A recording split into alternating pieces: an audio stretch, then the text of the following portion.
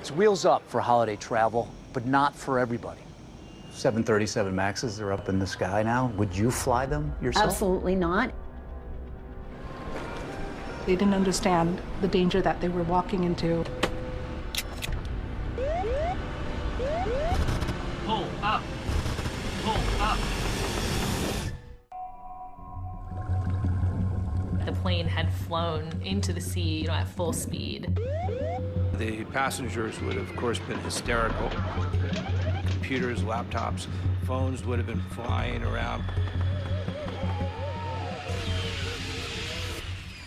Boeing resolved the criminal investigation against them in part by paying a $2.5 billion fine. They say the problems are fixed. But is that enough?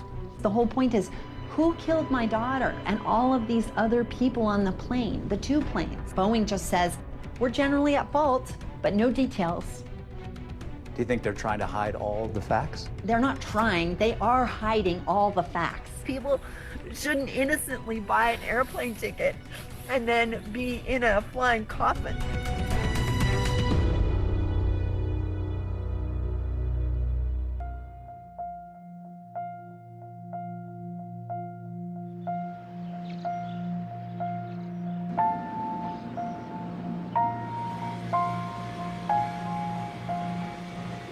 On a sunny March morning in Addis Ababa, the capital of Ethiopia, a truly remarkable group of passengers converged on Bola International Airport. 149 passengers from 35 different countries around the world got ready to board Ethiopian Airlines Flight 302, heading off to Nairobi.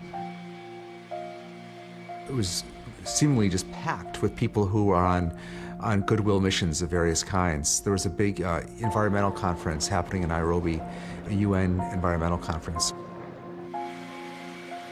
Amongst the 149 passengers were also 9 Ethiopians, and one of them was Tamru Mulu, who is a child protection advocate. He was a kind of person who's really passionate about life, especially children who are suffering from conflict, drought. Also on that Ethiopian Airlines flight were 8 Americans, including 24-year-old Samia Stumo, who was raised on a Massachusetts farm by a family with a very strong tradition of activism. Samia had just started work for ThinkWell, which is a global healthcare organization. This was her first assignment. She was going to East Africa. She, at 24, had impressed them that they sent her instead of someone, a dozen years her senior. But not everyone on that flight was on a goodwill mission. There were also 2 brothers from California, Melvin and Bennett Riffle, on one last adventure together because Melvin was about to become a new father. Tell me how big this was for these 2 brothers to do this together. That was pretty remarkable.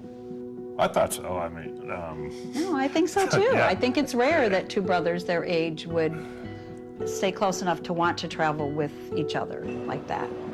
Also on Ethiopian Air 302 that morning, a young Russian couple on vacation, Alexander Polyakov and his wife, Ekaterina. Они очень любили путешествовать. У них мечта была сразу, но они перво-наперво, как они хотели именно поехать в этот национальный парк в Кению, чтобы увидеть крупных кошек. And as they got ready to board, Ekaterina posted this cell phone video on Instagram of their plane outside that was waiting for them. In general, very few people think much about the model of the plane that they're on. It's something that most people really don't think twice about. In fact, it was a brand new model welcomed into the Ethiopian Airlines fleet with a lot of ceremony just months earlier, called the Boeing 737 MAX 8. We are welcoming the state-of-the-art modern airplane, the 737 MAX 8. It was a groundbreaking move for Ethiopian Airlines to acquire this aircraft. The fact that it was new, the fact that it uses the latest technology.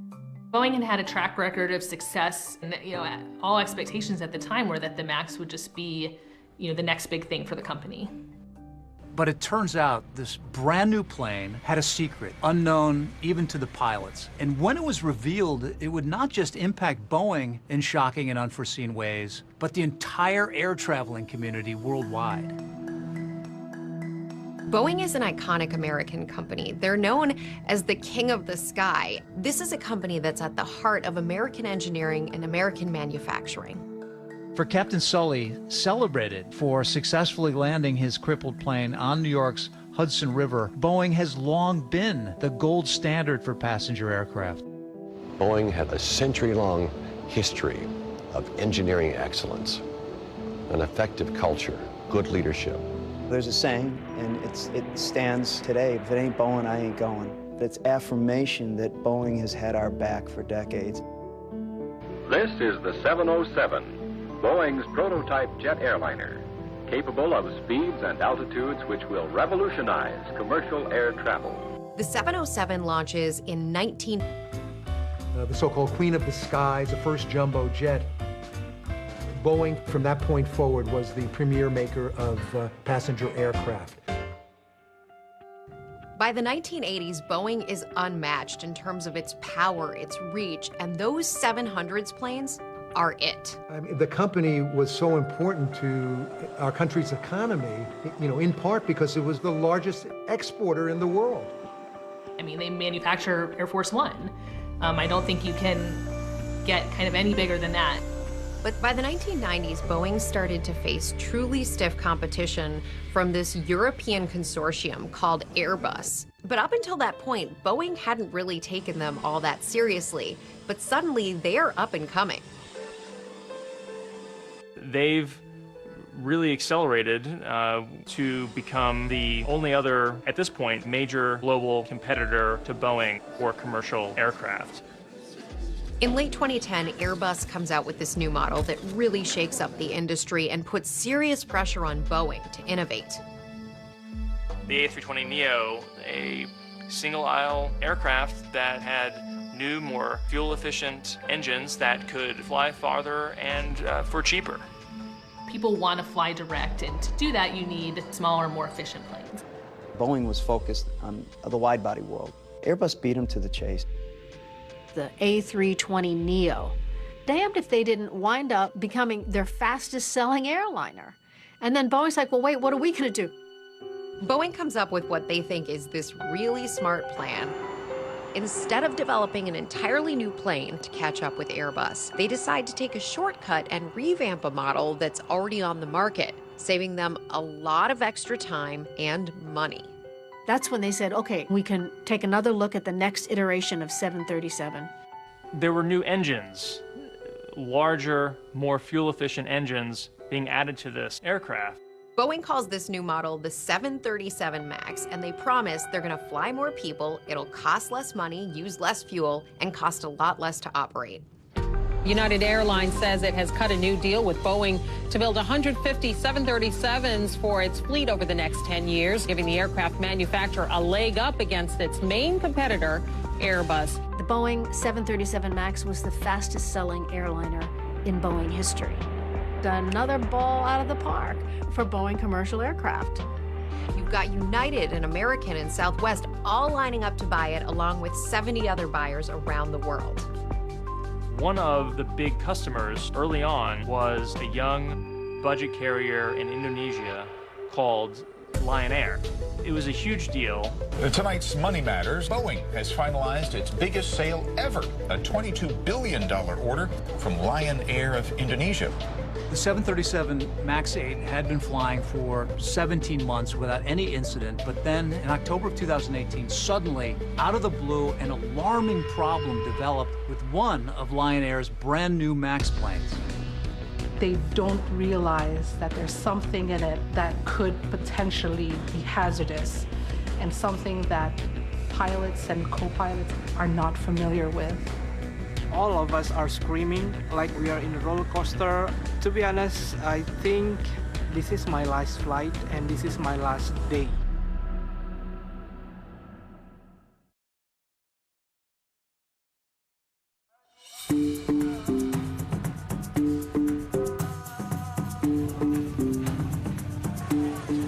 Jakarta is the capital, the largest city in Indonesia, and it's a bustling metropolitan with around 10 million residents. The aviation industry was booming, especially with the increase of the middle class in Indonesia. One of the airlines that benefited from that boom in air travel is Lion Air, an aggressive, rapidly growing budget Indonesian air carrier. In 2011, Lion Air made a huge splash buying more than 200 of Boeing 737 MAX 8 planes. Even the signing was overseen by then U.S. President Barack Obama. So I want to congratulate Lion Air for their incredible success. One of the Lion Air pilots chosen to fly the new 737 MAX was 31-year-old Bhavya Saneja. He's an Indian national whose dreams of being a pilot started when he was just a child. So can you tell me about your son? Yes, Bob, my son was a gifted child, a blessed child. I was into aviation, and for an aviator, when the child is flying and he becomes a commander, it is a big thing, you know, it is the sort of pinnacle of your dreams. Even though her son had over 6,000 hours of flight experience, Sangeeta says she was really concerned after learning that he wouldn't be going through pilot simulator training for the MAX. I said, you haven't had a simulator training, how can you go for MAX? And it is a more powerful engine. So without a simulator, how will you manage? One of the core selling points for Boeing of the 737 MAX was you don't need pilot training in the simulator. They were selling this to airlines as essentially just another 737 that the airline pilots could fly without learning all that much new. It's a huge deal to not have to have simulator training for pilots for any airline. It costs money and time. It takes the pilot off of the line and flying passengers around. Lion Air had asked Boeing about simulator training for their pilots, and Boeing dissuaded them from this.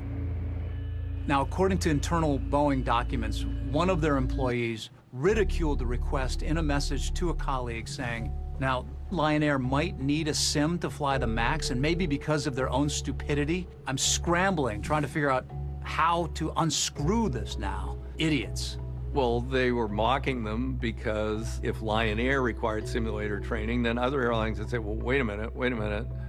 If they're requiring it, maybe we need it. Then the whole house of cards would start to fall apart. He said, Mom, I've been given ground training. They have given me a training on iPad. I said, what, an iPad? So you would sit down with an iPad course, and I think there were 3 or 4 parts, and it went through a robotic voice describing what the MAX is about. The 737 MAX has a 69-inch fan.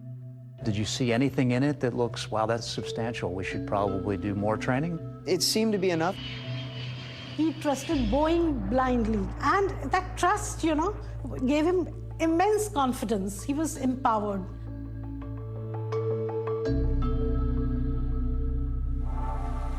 In October of 2018, Lion Air had a handful of the new 737 MAXes in its fleet, and one of the aircraft was going to be departing from Bali with the crew and passengers. Me and my colleague in office, we went to Bali about October 2018. Bali is amazing for holiday, especially in Asia. Lion Air flight JT043 was scheduled to take off from Bali to Jakarta.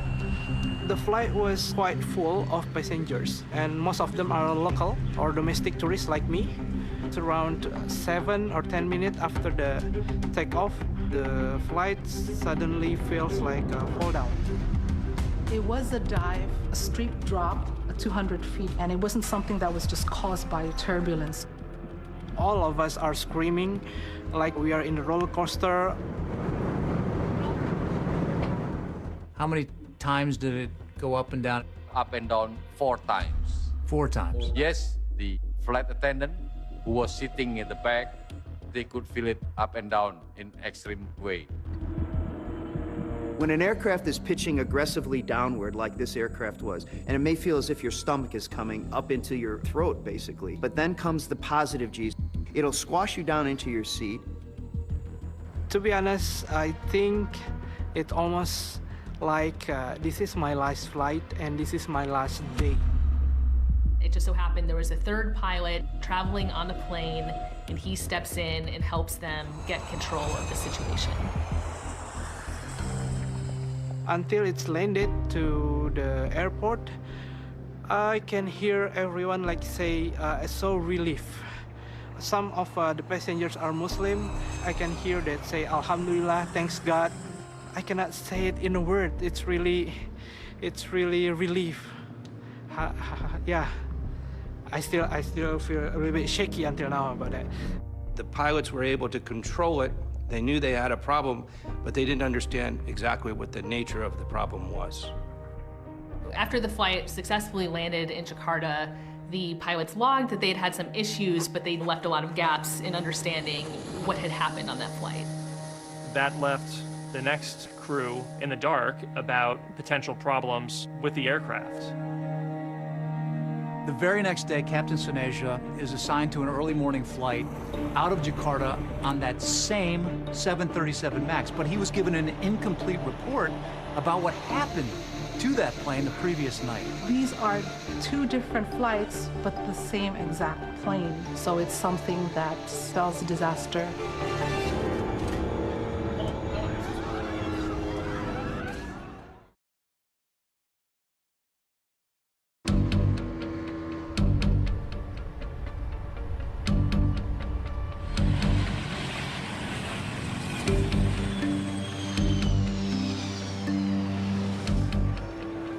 On the early morning of October 29, 2018, at the airport in Jakarta, the capital of Indonesia, Lion Air Flight 610 was getting ready to take off. Its destination was the city of Pangkal Pinang, which is located on the Indonesian island of Bangka. There was 189 people on board, 181 passengers, 2 pilots, and 6 crew members. One of the passengers was Miss Fiona Ayuzen. She was a businesswoman, 29 years old. She was flying back to Bangka for work. Bawain kopi ya, Pak, gitu. Karena saya suka kopi Bangka. Pas pulang ke rumah, Mama bilang sekolah yang bener, terus dikasih uang jajan. Terus kalau besok paginya udah nggak ngeliat, soalnya udah berangkat duluan mamanya.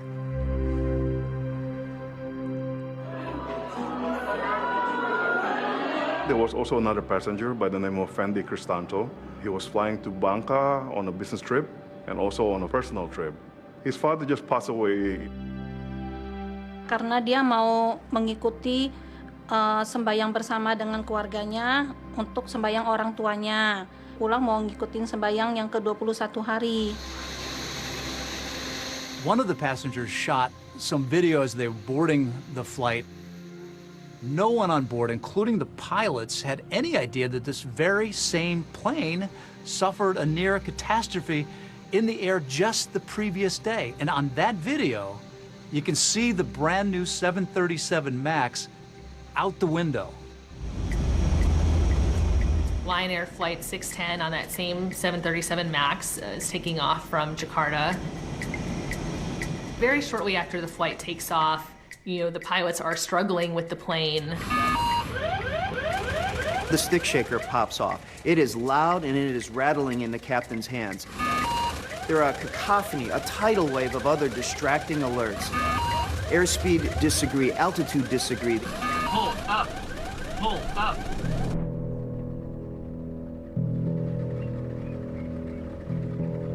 Just 10 minutes later, around 6:30 in the morning, a tugboat captain was out on the Java Sea, just east of Jakarta. Saya merasakan ada sesuatu benda yang jatuh. Nah, di situ Dalam hitungan detik terdengar dentuman cukup keras. Apa itu? Jadi saya menghubungi Jakarta Radio. Iya, Itu telah terjadi pesawat jatuh. The crash site, it is about 25 miles from Jakarta Seaport. On my way to the crash site, really, I pray to God.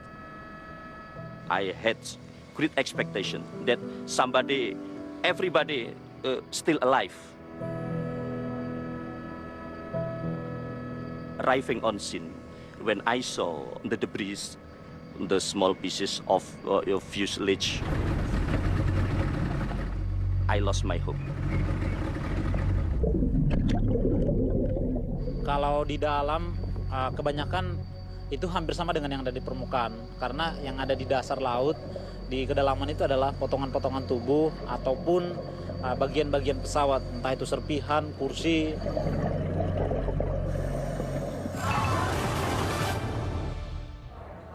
Presiden Direktur Lion Air Edward. When news of the crash broke, I immediately flew in from Beijing, where I was based at the time. So the sun has just gone down, and you can see all the police officers along this dock.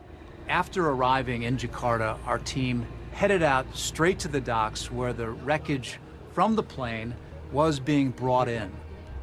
Whether it crashed or what happened, we still don't even know. But these crews have been pulling up and carrying out debris piece by piece.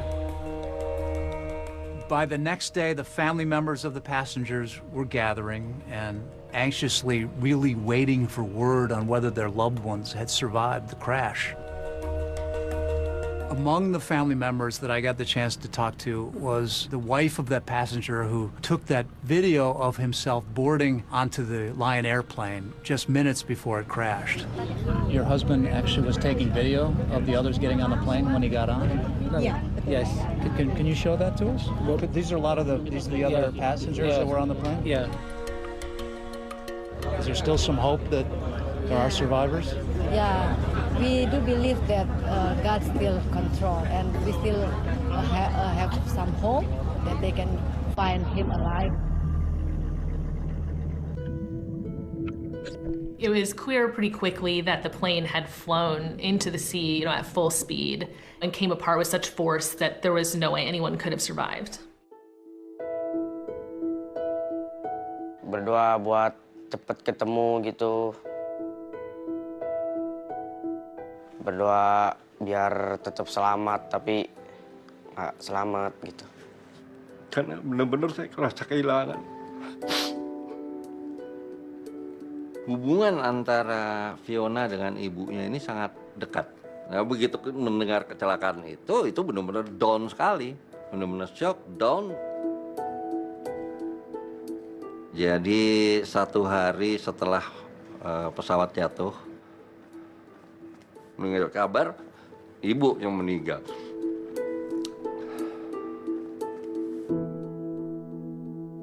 Fendi left behind a wife and 4 children, the youngest who was 5 years old. Jujur ya Bu, suami saya itu kalau naik pesawat itu memang sangat khawatir. Dia itu paling takut kalau naik. Dengan rasa ketakutan yang dia alami gitu loh. At the time, very little was understood about what might have happened. Brand new plane, nice enough day, nothing in particular that would point to an immediate cause of this accident. This is a fairly new plane. The 737 MAX, it had only 800 flight hours. But it turns out there was a hidden danger on that plane. A flight control system that Boeing did not even tell the pilots about. There was nothing in the manuals that alerted the pilots to the existence of this new system that was placed on the MAX. Pull up. It has one mission, and that's to drive the nose down. Terrain. And it will not stop. Pull up. It was given the power to try to kill them, essentially, until it finally succeeded. Pull up.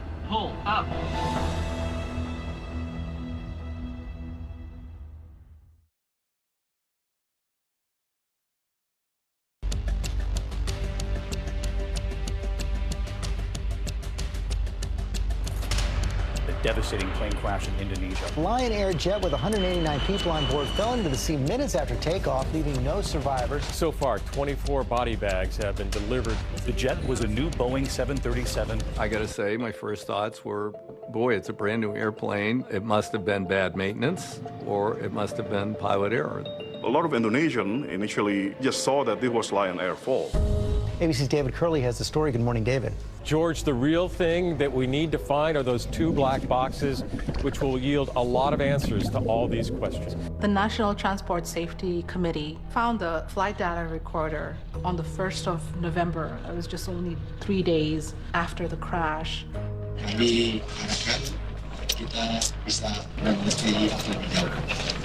As they look at the contents of the flight data recorder, it becomes clear that something had gone terribly wrong.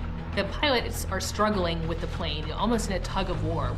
When we found the black box, we found that the aircraft was pitching up and then down, down and up, and down and up. It's up and down for about 24 times. Had you ever seen anything quite like this?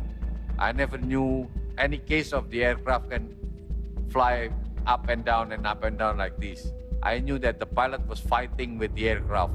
It would have been a terrifying roller coaster ride. During that time period, the passengers would have, of course, been hysterical. Things would have been flying in the cabin. Computers, laptops, phones would have been flying around. People would have been screaming. It was a clear weather, so they could see the sea. And I think it will be very scary for everyone in the cabin to see outside, to feel the speed.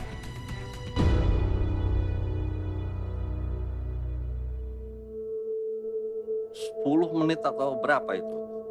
Rasa ketakutannya yang sangat amat.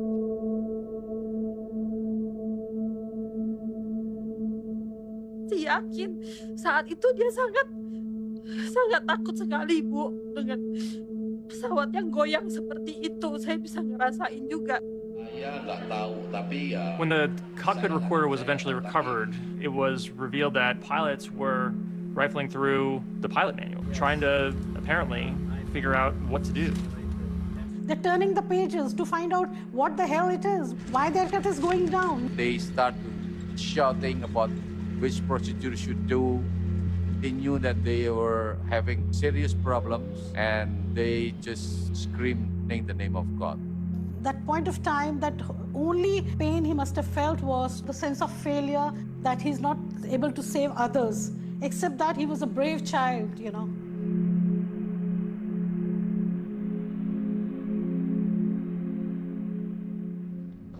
We surprised.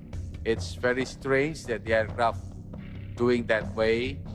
Then we asked Boeing what kind of system that may create this way.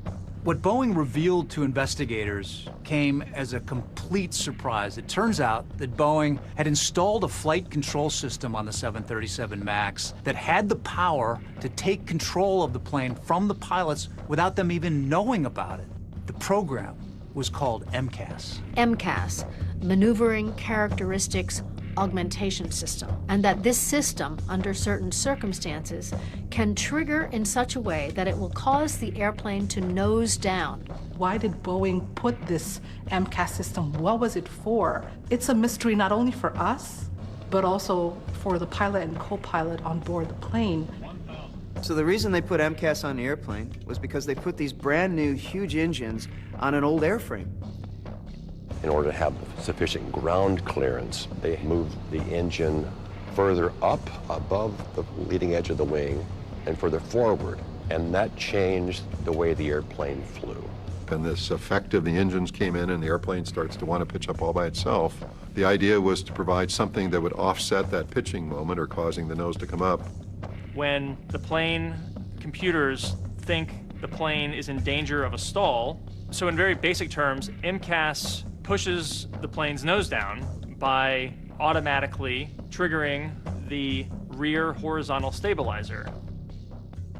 So the MCAS is there to correct what MCAS thinks is wrong. Right. The pilots have no idea why this plane is going down against their will, Yes. so they try to fight it back. Yes. One of the most fundamental muscle memory things a pilot knows how to do. If the nose goes down too far, you pull it back and you trim.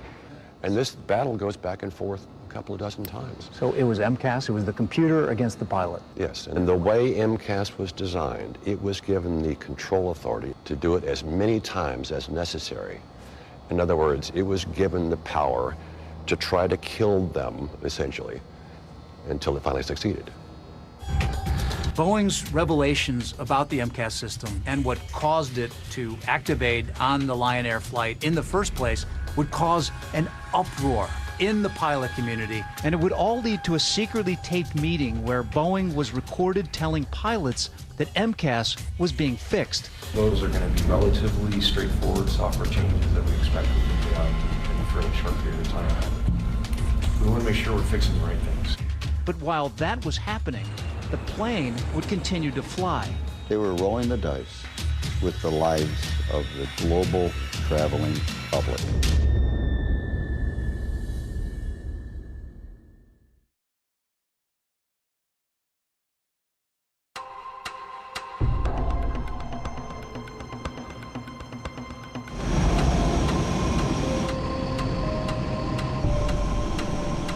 Now that urgent safety warning from Boeing about their brand new 737 jets after that deadly crash in Indonesia. Now concerns about a feature that could malfunction, causing planes to abruptly dive. A week after the Lion Air crash, Boeing issued a safety bulletin to the airlines, finally revealing the existence of a flight control system on the 737 MAX that could unexpectedly force the plane's nose down. It's an admission by the company that there is a potential glitch in its newest aircraft. Just a few days later, Boeing tells operators for the first time that there's a new and previously undisclosed system on the aircraft, and that is MCAS. That was a shock. It's not in our manuals at all, except in one section, our abbreviation section. We didn't know what MCAS meant. It meant nothing to us. But there was another critical question to be answered. What caused MCAS to force the nose of the Lion airplane down in the first place? The plane was flying normally, so why did MCAS activate? Among a lot of surprises was that MCAS was triggered by a faulty angle of attack indicator, which is a relatively innocuous piece of equipment on the side of the airplane. The angle of attack sensor was feeding incorrect data about the angle of the plane's nose. It was telling the plane that it was, approaching a stall situation, that its nose was pitched up. So the plane thought that the nose was angled too high, when in fact it wasn't. And that MCAS needed to come in and push the nose back down. And there was a further revelation about MCAS that took investigators by complete surprise. Even though there are 2 angle of attack sensors on the 737 MAX, MCAS only relied on one of them. It's a lack of redundancy that appears to my mind to be unacceptable in airplane design, because the AOA indicator is susceptible to damage. It's not a robust piece of equipment. A single point of failure hooked to a safety critical system, you just don't do that. It's crazy. The bottom line here is the 737 MAX is safe, and the safety is a core value for us at Boeing. Boeing CEO Dennis Muhlenberg went on Fox Business to reassure the public that a bulletin had been sent to all the airlines instructing pilots exactly what to do if there was another emergency situation involving the 737 MAX. We've already issued a couple of additional bulletins that point them back to existing flight procedures to handle that kind of condition. So Boeing is telling the pilots that one of their options is to simply turn off the power supply to the electric motor on the stabilizer. That's the piece that pivots up and down and controls the nose of the aircraft. Boeing pointed out that the pilots on that previous Lion Air flight who overcame a mid-air emergency involving MCAS had followed the appropriate procedure by turning off power to the stabilizer. That was a step the pilots on the fatal flight did not take. That was perceived to be an indirect way of blaming the airline and blaming the pilots without also acknowledging design shortcomings of the system. It emotionally tore me apart, as if I was blamed for him being the pilot. I was blamed for killing all the people, mothering a son who could not take care of his passengers. Pilots were furious. Pilot unions asked Boeing, why didn't you tell us if you put something on the airplane that's going to actually interfere with my job? Late November, about a month after the accident, 4 Boeing executives traveled to the headquarters of the Allied Pilots Association, the union that represents pilots at American Airlines. That meeting was secretly recorded by the head of the pilots union. Our president at the time wanted to make sure we knew exactly what was said.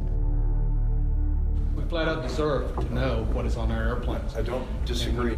I don't know that understanding this system would have changed the outcome of this. We try not to overload the crews with information that's unnecessary so they actually know the information that we believe is important. It enraged us. Boeing always gives you the information. They don't parcel it out. We're working with the FAA right now to try to figure out what software changes we might make to eliminate the failure conditions that we experienced at Liner. They said, well, we're going to correct the software, all the things that you brought up.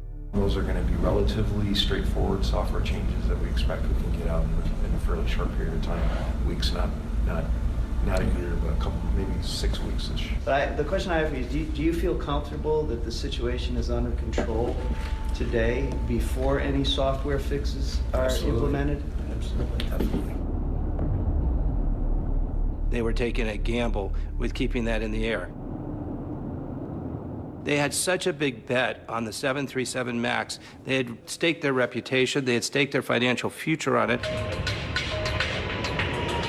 4 months after that Lion Air crash, the 737 MAX is still flying all over the world. Meanwhile, 149 people are saying their goodbyes as they prepare to board that Ethiopian Airlines flight to Kenya. Among them, young Samia Stumo, who had just flown in from D.C. and was transiting to Nairobi for her assignment with her global health care organization. I guess she had landed in Ethiopia, and I said, safe travels with a bunch of exclamation points, and she said, thanks, boo. We didn't know that there was an issue with the plane. We thought that the problem that happened in Indonesia was because of a problem with that airlines or the pilots or maintenance or something. Because the Lion Air crash happened in the other side of the world, maybe they didn't understand the danger that they were walking into.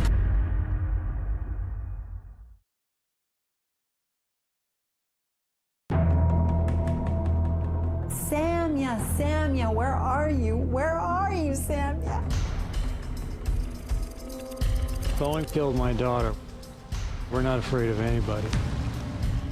The bottom line here is the 737 MAX is safe. It may be now, many people think, but can that ever make up for the lives that were lost in 2 crashes, even with Boeing now accepting responsibility? Do the people that should be accountable for what happened, are they being punished? No, absolutely not. Pull up. We flat out deserve to know what is on our airplanes. The nose is pointing down, and it's over. Boeing 737 MAX 8 crashing to Earth just 6 minutes after takeoff. But there was not a plane there. There was a hole in the ground. The pilots have no idea why this plane is going down against their will.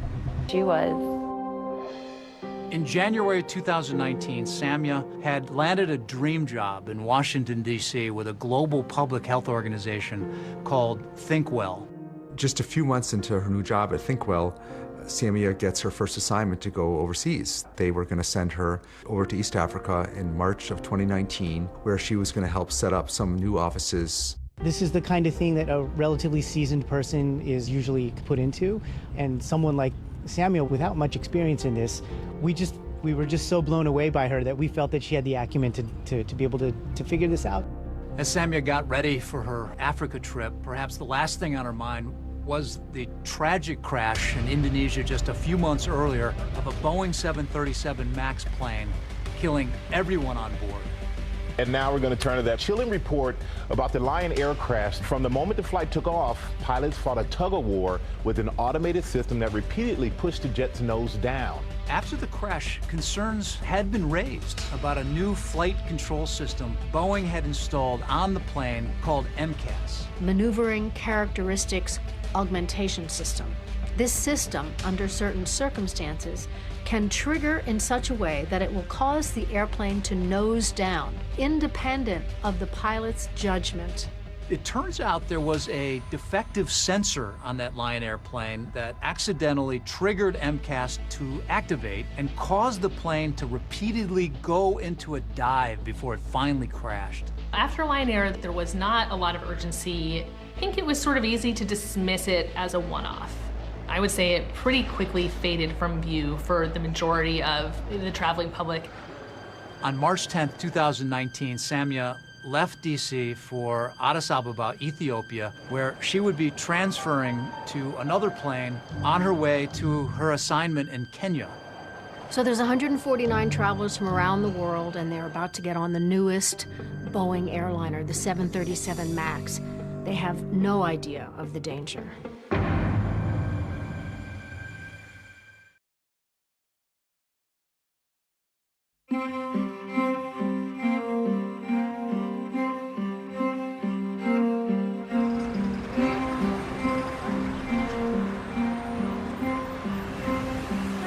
On March 10th, 2019, Samia Stumo had just arrived in the Ethiopian Ababa after a long flight from Washington, D.C. When I woke up, I just looked at the message and it said 2 more hours to Nairobi. There were 149 passengers on that flight from 35 countries, most of them heading to Nairobi for a UN conference. Also, at Gate 12 in Terminal 2, those two brothers from California, Melvin and Bennett Riffle, who were enjoying a globe-trotting jaunt together before the birth of Melvin's daughter. When we said goodbye, he gave me a kiss and gave me a kiss on the stomach for Emma, you know, and he was all excited but nervous. There were also this young Russian couple who posted a video on Instagram showing the 737 MAX, a brand new aircraft. Unlike the pilots involved in that Indonesian crash, the Ethiopian Airlines pilots knew about Boeing's MCAS flight control system, and Boeing had actually sent a directive to airlines instructing pilots what to do if a plane went into a sudden dive on its own. So Boeing is telling the pilots to turn off the power supply to the electric motor on the stabilizer. That's the, you know, the piece that pivots up and down and controls the nose of the aircraft.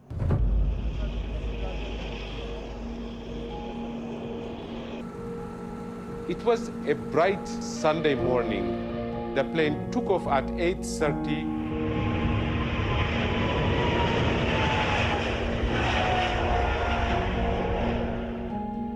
And 3 minutes after takeoff, the aircraft started behaving erratically.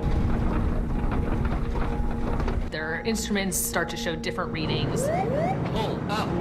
After 6 minutes later, the plane was spotted again, about 30 miles from Addis in a small town called Bishoftu.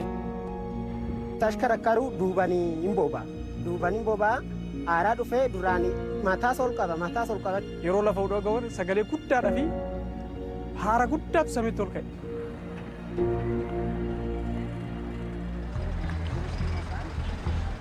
Immediately drive to the Ethiopian Airlines compound. There were family members, people were crying and some of them holding their head, and it was so horrifying to see them. An hour earlier or something, I talked to him and it just didn't feel right. I don't know, I was trying to deny that it happened, or it's true, or somehow he has been spared. We start in Ethiopia, where around 157 people are feared dead after a plane crashed early on Sunday. Within, I think it was 2.5 hours or 3 hours, we were on a plane headed to Addis Ababa. This dirt road takes you to the field where that crash site is. So finally, after almost 3.5 hours, that we arrive at the crash site, and it's splayed out in the fields.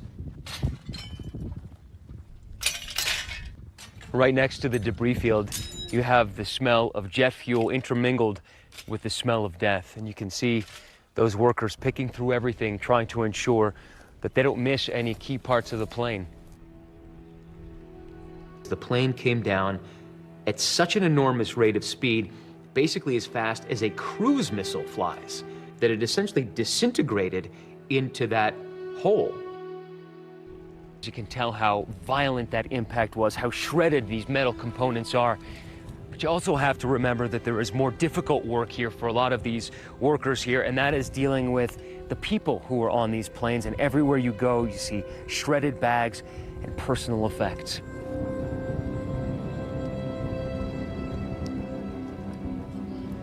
Breaking news, an Ethiopian Airlines flight has crashed.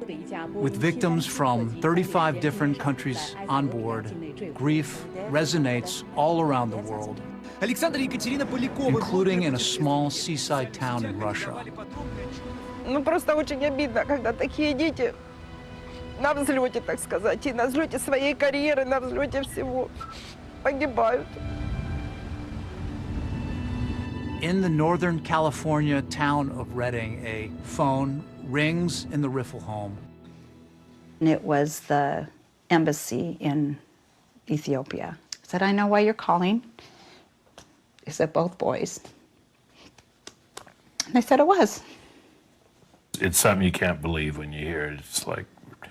It's just like you're in a nightmare or something, and it's just totally unbelievable. It's one thing to lose one of your children, and you lost both. Yeah. Lost our family, and we had to help Brittany. I said, please don't tell me my husband's dead. And Susan said, both of them. And I just collapsed. What do I do now? I'm pregnant. What do I do? Our baby. What? What do I do now?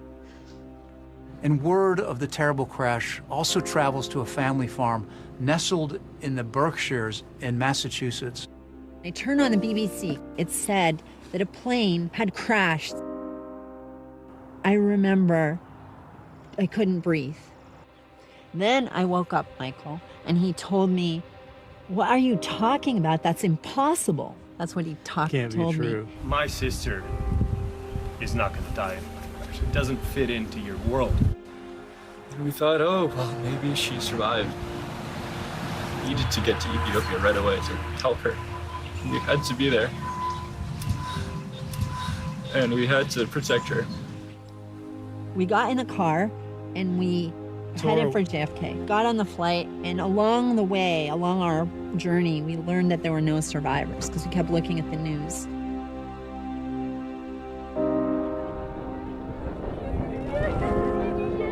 Like Nadia and Michael, many grief-stricken families made their way to the crash site, desperate to find any trace of their loved ones. You know, there was not a plane there. There was a hole in the ground. Anybody able to find the body remains? There was nothing bigger than a femur bone. The black box data now in the hands of Ethiopian officials. As the investigation continued in the cause of the crash, there was a question on many people's minds. Would Boeing 737 MAX plane be implicated in a fatal tragedy again?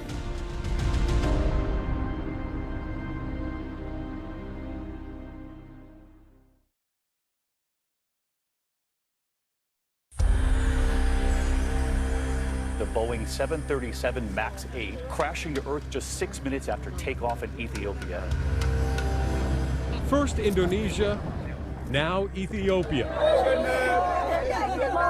The big question here is, has the same thing happened? The flight data recorder and the cockpit voice recorder were recovered the next day, and it didn't take long for investigators to conclude that there were similarities. The faulty angle of attack sensor triggered the activation of MCAS right after takeoff, and that is almost exactly what happened on the Lion Air aircraft. What was heard on the cockpit voice recorder, the first officer saying, pitch up, pitch up, pitch up, while the MCAS was kicking and nosediving the aircraft. It was so difficult for them to keep the aircraft under control.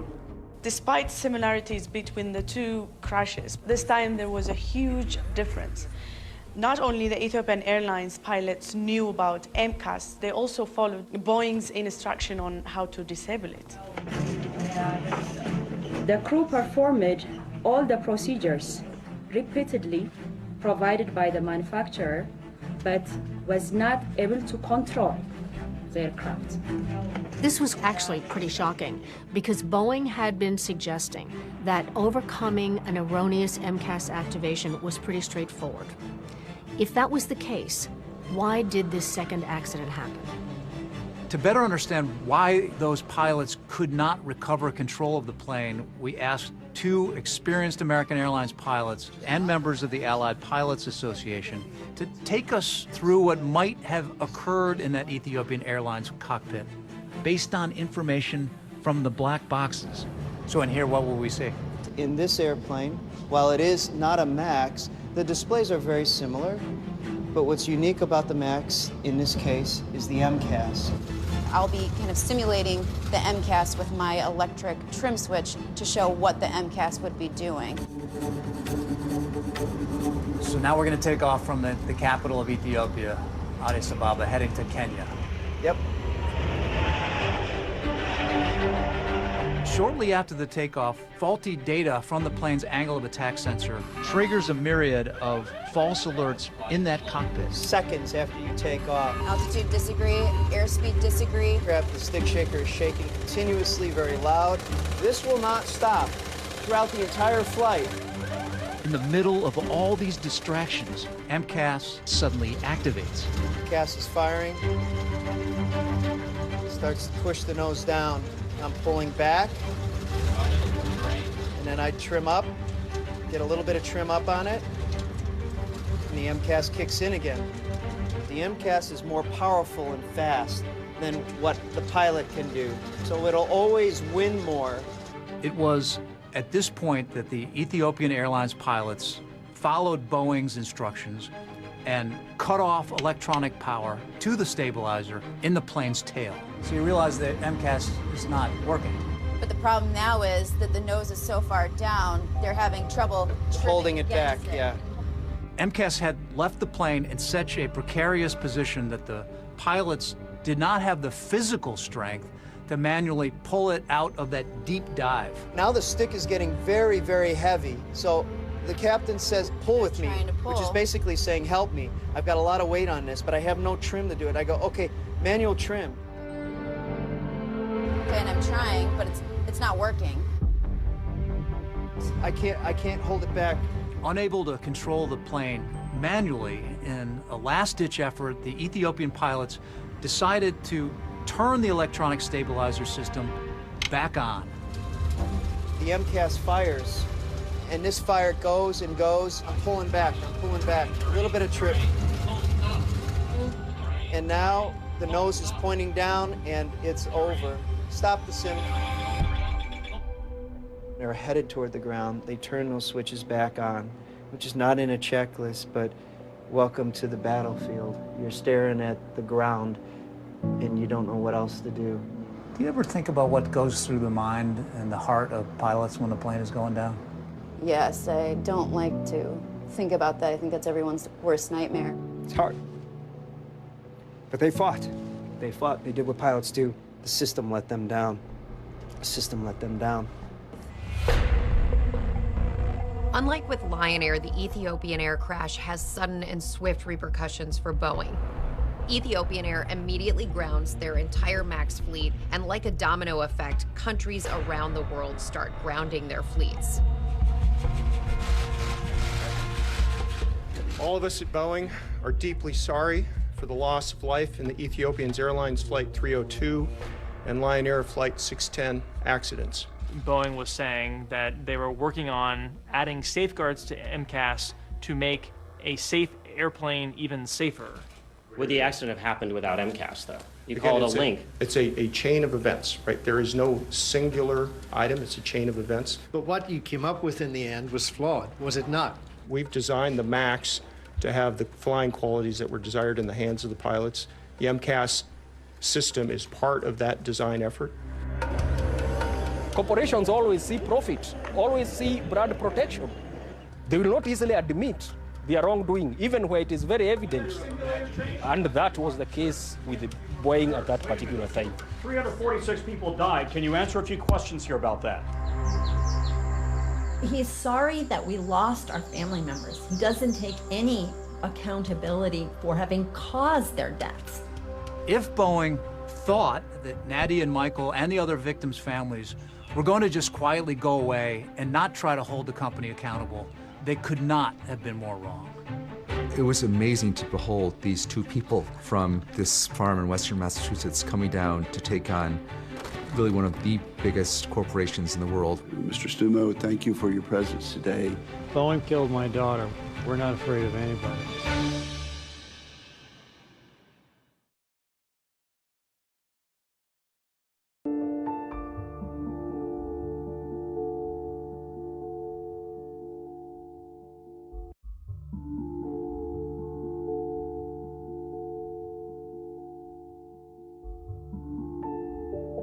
In the fall of 2019, Nadia went back to Ethiopia. After months of digging and searching, workers had actually been able to find some remains from the crash. And Nadia brought back those remains, and they actually included some artifacts. We got back Samia's business journal, which talks about her plans. We got back her passport. This is a business blouse that she took with her, and it all smells of jet fuel. They fill the room with the smell. I mean, to me, it's a smell of death. I don't want other mothers and other families to go through this. I don't want them to be trying to hear their daughter's voice and, you know, wonder what you would say to them. So that's why it's important to work on the aviation safety. Because people shouldn't innocently buy an airplane ticket and then be in a flying coffin. While Nadia and her husband Michael were consumed by grief, they were able to quickly turn their anguish into action against Boeing. The family of Samia Stumo shares their pain so that others don't feel the same. Michael and Nadia fly to Chicago and file the first lawsuit against Boeing by an American family. I want her death not to be in vain. I don't want anybody else to die. Nadia and Michael, along with more than 100 other families of victims around the world, alleged that Max had a defective design and that Boeing issued inadequate warnings about the plane, something that Boeing denied at the time. This is going to go down as one of the most callous, deliberate efforts to keep a product in the public domain for the wrong reasons. What really shocks me is their greed.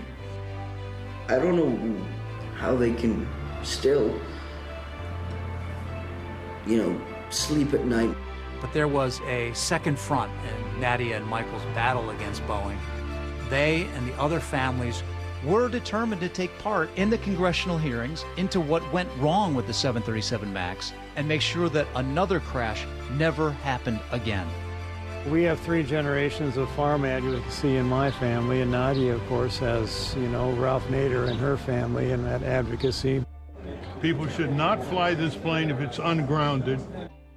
My uncle said to us practical things. To never settle for staff, always go for the top. Like it's cruel irony. Samia's family knew how to do it because it's a very complicated system to navigate, and it's a fight. Nadia has really been, I think, a principal support for many of the other families out there, while Michael is pursuing the more, what's the fix and what went wrong. As we go forward, this committee will leave no stone unturned. We kept saying you can't just have the bureaucrats and the engineers and the pilots. It's all about the families. Today, I speak not only with my voice, but the voices of my departed family. Paul Girogi testified. And he had lost his entire family. I think about the last 6 minutes a lot. My wife and my mom-in-law knew they were going to die. They had to somehow comfort the children during those final moments, knowing they were all their last. I wish I was there with them. At the congressional hearings, there was some talk that foreign pilots failed to respond appropriately. For me, the accident report reaffirms my belief that pilots trained in the United States would have successfully been able to handle this situation. Chair now recognizes Captain Chelsea B. Sullenberger III. That claim was called out after the dramatic appearance of perhaps the most famous pilot in America, Chesley Sullenberger. I'm one of a relatively small group of people who have experienced such a crisis and lived to share what we learned about it. Sully was the miracle on the Hudson pilot. He successfully landed his plane on New York's Hudson River after a bird strike crippled his engines. Captain Sullenberger became a national hero, immortalized by Tom Hanks in the movie Sully. Like many pilots, I was disappointed that many were blaming the dead crews of the accident flights. I've got to tell you from personal, first-hand experience how real and how intense the startle factor is. I recently experienced all these warnings in a 737 MAX flight simulator during recreations of the accident flights. Even knowing what was going to happen, I could see how crews could have run out of time before they could have solved the problems. Boeing, built into their design of MCAS sort of an assumption that pilots would be able to react to something going wrong within 4 seconds. Well, think about that. Let's start the clock. Now, 2, 3. That's it. It's just really unlikely. Almost any airline crew would have acted effectively that fast. These accidents should never have happened. And I'm really distressed that they happened. But the investigation into Boeing would go much deeper, raising questions about whether Boeing knew about problems with the MAX before they put it in the air. The information coming out of the investigation is shocking. And it would all lead to a face-to-face confrontation between a grieving mother from a farm and the head of one of the most powerful companies in the world. And I want to, confront a situation, but I want to say it to you directly because I don't think you understand what we're saying.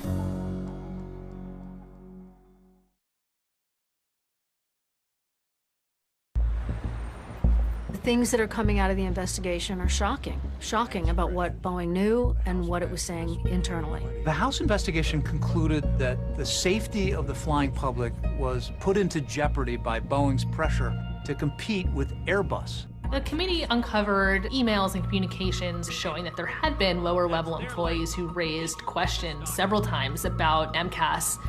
In an internal email, a Boeing engineer wrote about that problem that triggered MCAS in both plane crashes, saying, "Are we vulnerable to single sensor failures with the MCAS implementation?" This is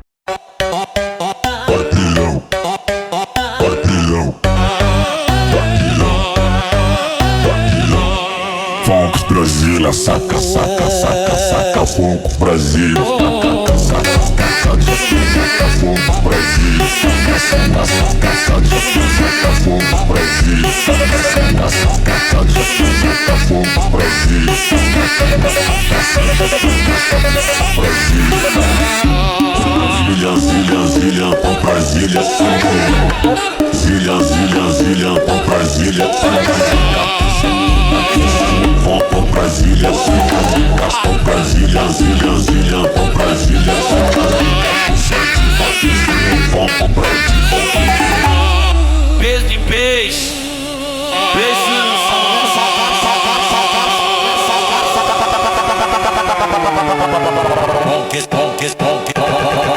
Strunge la forma.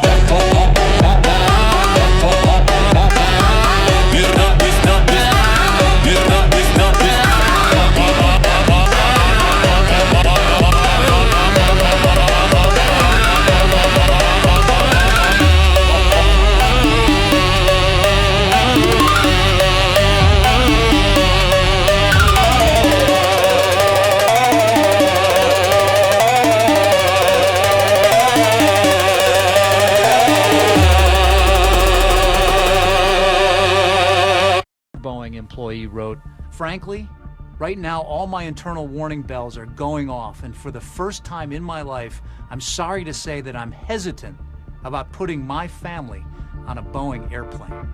The safety cult eviscerated under production pressure.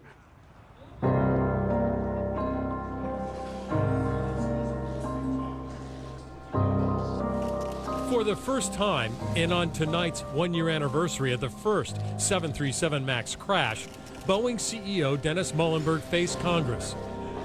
For Nadia, Michael, and the other families, the person they really wanted answers from was the man in charge of Boeing. When Dennis Muilenburg comes to Washington to testify, it's a really big moment. I've met with the families. They keep faces of their loved ones in people's minds.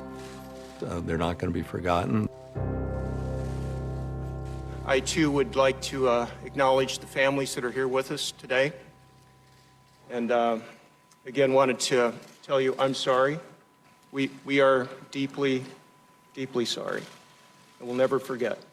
He was just saying words for the camera. They never tried to reach the families personally. Who bears the principal responsibility at Boeing for the cascading events that resulted in the crash of Lion Air Flight 610 and Ethiopian Airlines Flight 302? Mr. Chairman, my company and I are responsible. We're responsible for our airplanes. And we know there are things we need to improve. I'd grown up on a farm in Iowa. My parents taught me the value of hard work and integrity. To do the aw shucks Iowa farm boy thing, I'm an Iowa farm boy. It doesn't cut it with me, and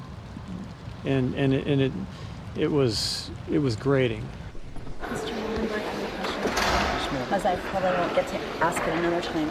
Well, you talked about Iowa just like one too many times, and the whole group said, go back to the farm.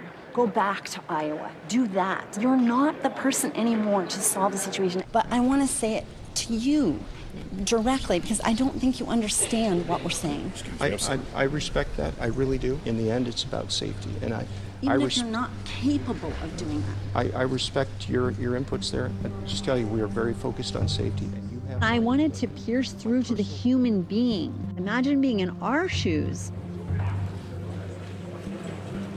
Just a couple months after the House hearing, Muilenburg was forced out as CEO of Boeing. But while Muilenburg may be gone, the clouds of suspicion over Boeing remain. And the Justice Department is investigating, and hopefully some people are going to go to jail. We're going to turn now to the 737 MAX jet. It's making its first passenger flight since 2 deadly crashes. The Boeing 737 MAX is flying around the world. Airlines have started flying it again. The question that some air travelers may have is it now safe to fly?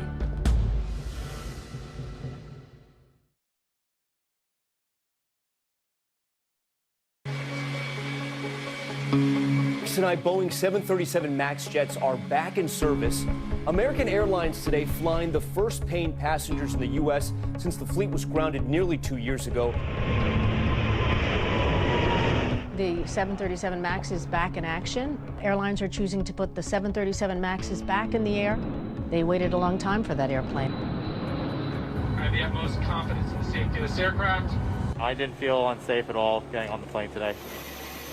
Last November, the FAA cleared the 737 MAX to fly again after Boeing agreed to make several changes to the plane. MCAS now needs both angle of attack indicators to be in agreement in order to trigger, and it can only be fired once. MCAS will no longer be able to put the plane in the dramatic nosedive position that it did in the fatal accidents, and pilots are required to have simulator training.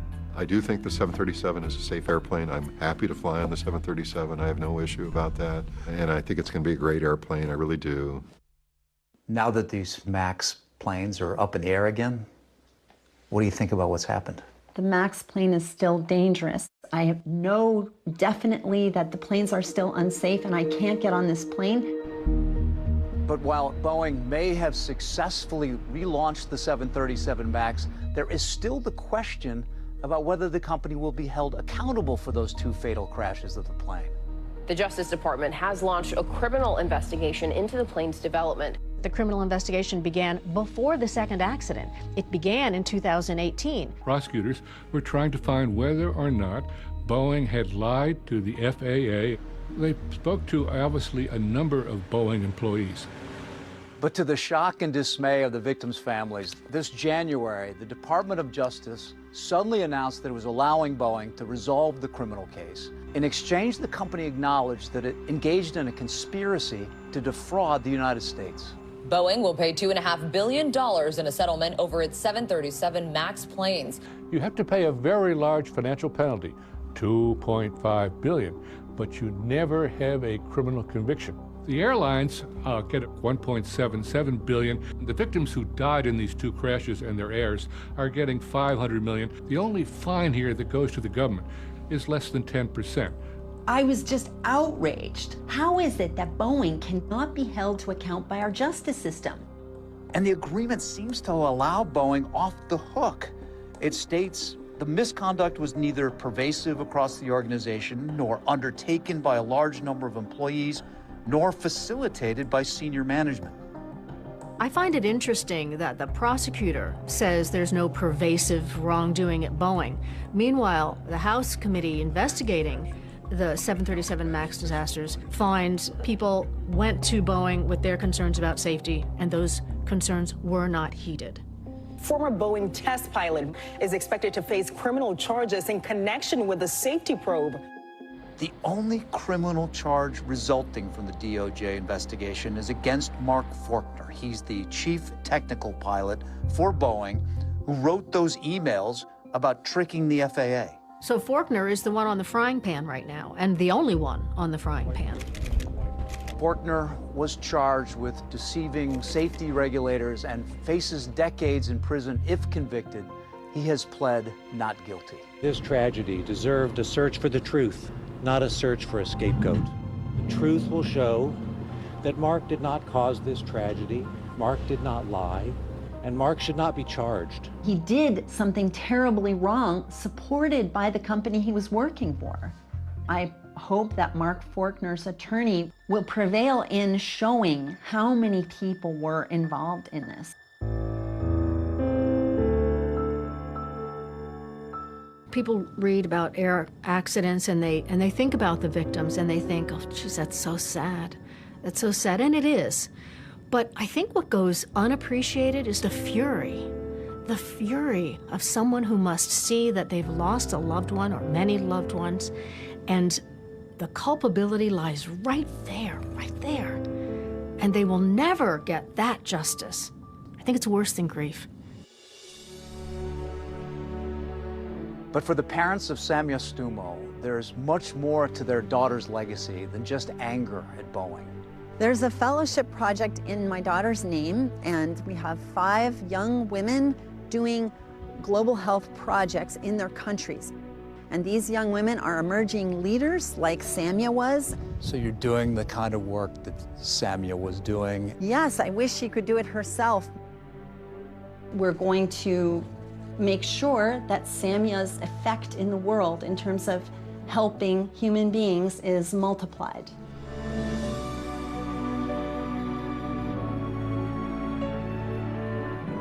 I know she would want her family to fight that other people not die.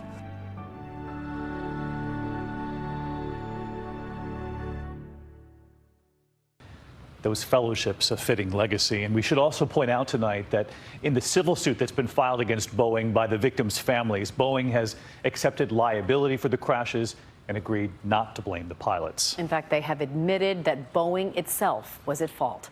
That's our program for tonight. I'm Amy Robach. And I'm David Muir. From all of us here at 2020 and ABC News, good night.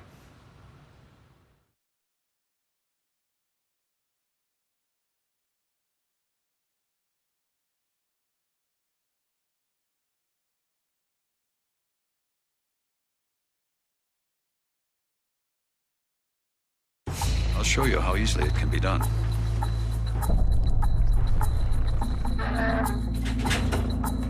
Our grandfather was a detective on one of the biggest unsolved murders in our generation. This was a child who was put to bed by her parents and never woke up. They just kept saying, no, no, ask God to raise her. Police found evidence from the beginning that in their minds pointed directly to the Ramseys.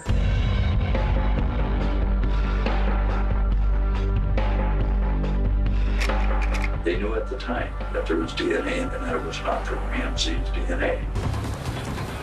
We, the media, lapped up what the Boulder Police Department wanted to tell us. All of us that wanted to pursue the intruder were being removed from the case. And he just said, I have a name, I want you to write it down. And I did, and he said, that's where you start. All but one person on that list is innocent. Then you got your killer.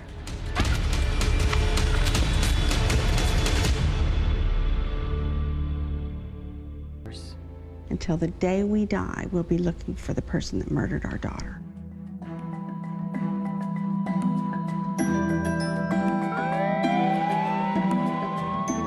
In 1996, a little girl named JonBenet Ramsey was 6 years old. She was brutally assaulted and murdered on Christmas night in the basement of her home in Boulder, Colorado. Hey guys, welcome to our first ever podcast episode. Thanks for tuning in. My name is Jessa. And I'm Lexi. And we're sisters. I think there's a new generation who's into the JonBenet Ramsey case, who were her age and were told to stay inside by their parents when she was murdered. I think, yeah, growing up it scared me a little bit because we were the same age and, you know, same state and blonde hair, blue eye, you know, it was a little bit scary. I remember thinking that I could not believe that this happened like so close to our home. You think that your home is safe, that this place is safe, and you just don't think that it could have happened here, and it did. The murder took place sometime between 10 p.m. on December 25th and 5:30 a.m. on December 26th, 1996. They know a lot about the case. My two girls, they loved their grandfather. Our grandfather was a detective on one of the biggest unsolved murders in our generation, the JonBenet Ramsey murder. And with this podcast, we want to talk about the JonBenet Ramsey case from our grandfather, Lou Smith's perspective. Lou Smith was a really legendary detective from Colorado that was brought in early to investigate the homicide. Once he got a hold of a case, he never let go, and he had great attention to detail. Lou Smith made an 8-hour video presentation that includes notes on the case, potential suspects, the evidence he collected over the years. It's a virtual encyclopedia of the JonBenet Ramsey case. My name is Lou Smith. I'm a retired homicide detective from the Colorado Springs Police Department, and I have worked the Ramsey case now for approximately 10 years. What I'm going to do today is to just show a presentation that was made back in 1998. He had a history of closing cases. He had a 90% success rate. He advocated for the victim and stood in their shoes. So that's why we've chosen The Victim's Shoes as our podcast name. This really meant something to him, and he really felt he needed to find the killer of this little girl, and he needed to do that for JonBenet. And first and foremost, we wanted to continue our grandpa's legacy. That was one thing he asked for before he died. He wants the case to remain alive.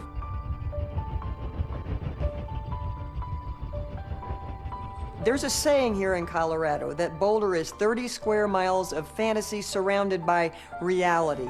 It's very wealthy, it's well-to-do. Boulder looked like something out of a storybook in many ways, especially the neighborhood in which the Ramseys lived. John and Patsy Ramsey lived in a 6,700 square feet Tudor there on 15th Street. What I'd like to do first is to just talk a little bit about the Ramsey family. John Ramsey had interest in sailing and flying. Patsy Ramsey was the mother. John and Patsy Ramsey had 2 children together. Their firstborn was Burke, 9 years old, and JonBenet, 6 and a half, in kindergarten. I'm a daughter I'm a sister. I'm a friend. I'm a wife and a mother. John used to just tell people that I invested in futures, the futures of my children. That's how I usually answer my occupation. My name is John Andrew Ramsey. JonBenét's half-brother. JonBené would go around and ask everybody how their day was and what they did, and he was just an energetic and fun kid. By all accounts, they were a happy couple. Patsy was a high society woman from Atlanta. John was a smart guy who had just been nominated or voted as Entrepreneur of the Year. Patsy Ramsey was a stylish woman. She was a former beauty queen, Miss West Virginia.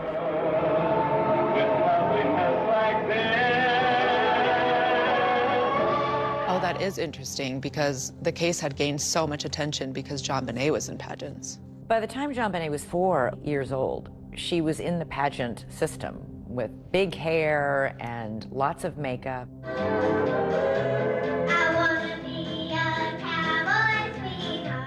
I think it starts with the video of JonBené. It starts with the fact that you have this beauty pageant video of a 6-year-old. That is where this starts, is people start saying, what's that about? How could that have played in? I think it also touches on parents who have young kids, like, could this happen to me? I really believe that if we hadn't seen the beauty pageant photos of JonBené Ramsey, it might have just gone into the ether as another child murder. Hundreds of children are murdered in America every year. But this one captivated us because we saw the beauty pageant pictures. Hello, I'm Patsy Ramsey. This is JonBené. She's 4, Burke is 7. Well, Christmas seemed to be kind of a crescendo for our family. It just became this moment that we all look forward to, and it's a day of peace and quiet. Christmas was Patsy's favorite time, and she really went all out. She had a Christmas tree for every room, and every tree had a theme. The windows were done with garland, the staircases had garland, there were red ribbons everywhere. Everything was about entertaining, and she loved people. She loved to make people feel good. And from all of us at our house to everyone at your house, Merry Christmas and the happiest of New Year's. There was plenty to celebrate in the Ramsey home. Patsy Ramsey had recently been declared clear of this ovarian cancer that she had battled. And that was a huge relief to come back from stage 4 cancer. Plenty to celebrate that Christmas. So on Christmas Day, the Ramsey family opened presents at their home that morning. Patsy made pancakes, JonBené rode her bike around on the patio, and both JonBené and Burke had friends over to play that morning. The kids went outside to play with their friends with their new presents. They were going to a friend's house for dinner that night. We were going to leave early the next morning for a trip to our summer cottage in Michigan. It was going to be the first time we'd gotten all of our family together in Michigan for kind of a post-Christmas celebration. So we came home, went to bed. JonBené was asleep when we arrived home. We took her to bed, got Burke to bed, set the alarm, and went to sleep. The next morning, Patsy was up first. You get up, you're dressed, what happens? I went down our steps from our bedroom to the 2nd floor. Then I started walking down the spiral staircase. And as I came to the bottom of the stairs, there were 3 pages neatly laid across one of the runs of the stairway. She picked up the note and she started to read it. I just remember when I read, "We have your daughter," it just, this overwhelming fear. And then? Then I just screamed for John, screamed. We have a kidnapping. Hurry, please explain to me what's going on. What's your name? Are you Patsy Ramsey? I'm the mother. Oh my God!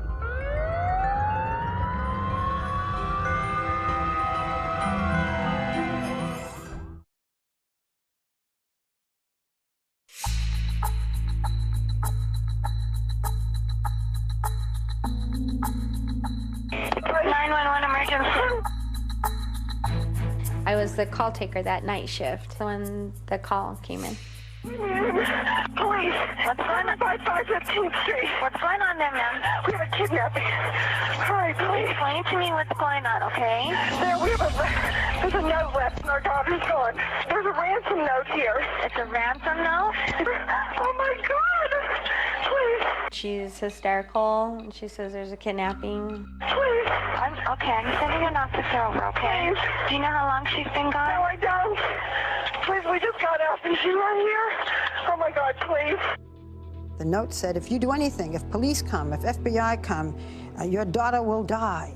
You called 911. Yes, I did. I had to do something. I had to take action. And I mean, all this happened in a matter of moments. Patsy calls 911 at 5:52 a.m. and the first officer arrives at 5:55. Wow, that's fast. I know, that's really fast. More friends start to arrive and more officers start to arrive. So at this point, lots of people are at the house. We called friends for help at that point. Your daughter is gone. Desperate. She's in the hands of a madman. My phone rang. Pam, they've got her. What do you mean they've got her? They've kidnapped JonBenet. She's gone. What was the atmosphere like as you sat and waited? Well, it was awful. First of all, we didn't know whether the kidnapper was going to call that day because the note said, I will call you tomorrow. Get plenty of rest. I was deathly afraid that tomorrow was in fact the 27th. You lose all perception of time, of place. You've just been dealt a horrible, crushing blow. The police came in just before 6 o'clock in the morning on the 26th of December, thinking that we had a missing child. They go into this beautiful house with 18 or so rooms. And they did a cursory search of the residence, and they didn't find anything. The mistakes they made were outrageous, they were mystifying, they were mistake after mistake after mistake. The police did a terrible, terrible job securing that scene. And if you don't secure the scene, you don't get good evidence. People were streaming through that house. They were in the kitchen, they were in the living room. There were some friends of Patsy's that were helping her wipe up the kitchen.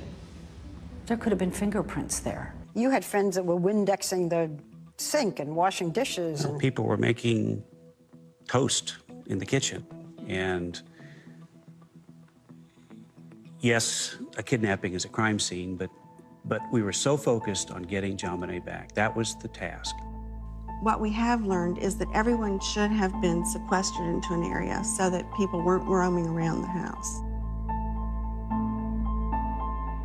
And that was a mistake on my part.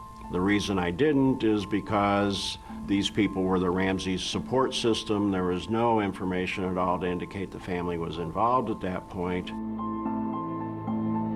It was a crime scene, and it was getting contaminated. The note was being passed around and reviewed by all of their friends. Of all of the evidence left behind, that ransom note is the most baffling. Number one, it is too damn long. A ransom note is not that long. A ransom note says, I have your child, I want $1 million, I'll call you later.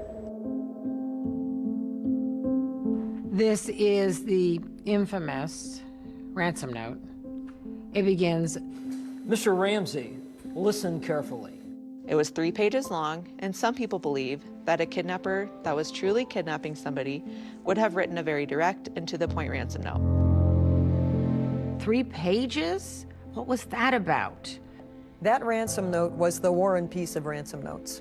Who would write a 3-page rambling ransom note other than someone trying to cover their tracks who was in the house?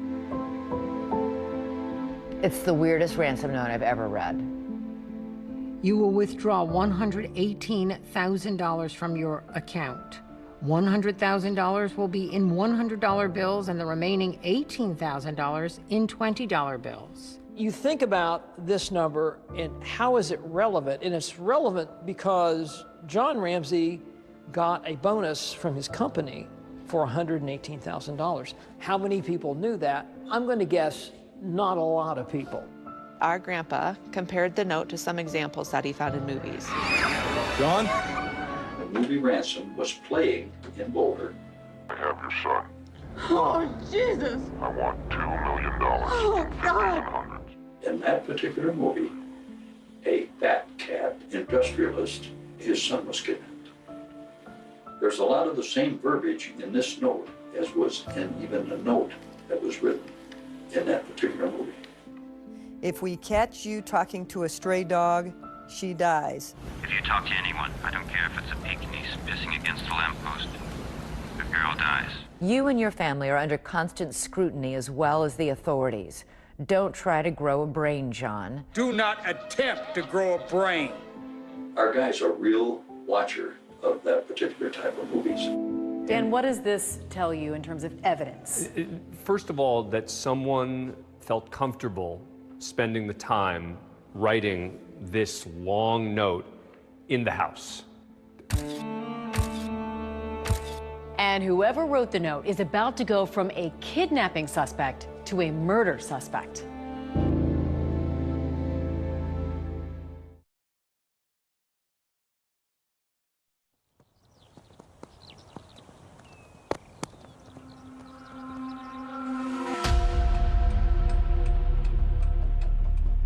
The ransom note had indicated there would be a call between 8 and 10 a.m.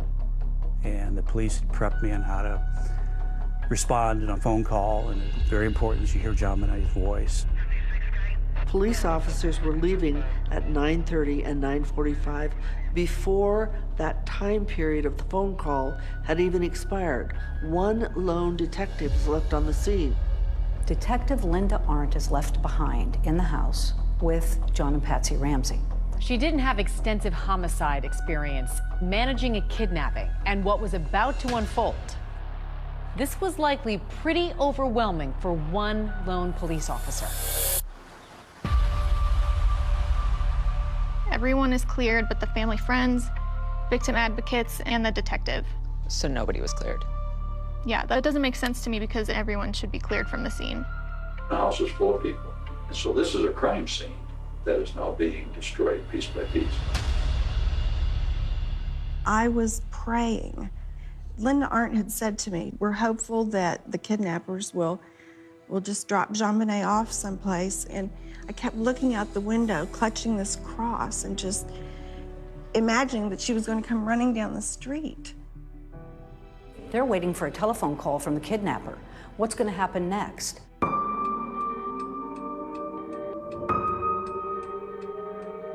10 o'clock comes and goes, and there's no acknowledgement that the deadline imposed by the author of the ransom note is come and gone. Nobody seemed to mark it or freak out about it. She noticed John Ramsey checking his mail in the kitchen and thought that was odd. Linda Arndt tells the restless John, why don't you look around the house, see if anything is missing or looks strange. Check the house, top to bottom. Look for anything that might belong to John Bonet that is in place where it shouldn't be. John took a friend with him. They went to the basement, and John opened the door. You opened the door to the small room. I knew instantly what I'd found. I'd found my daughter. She was lying on a white blanket. The blanket was wrapped around her. Her hands were tied above her head. She had tape over her mouth.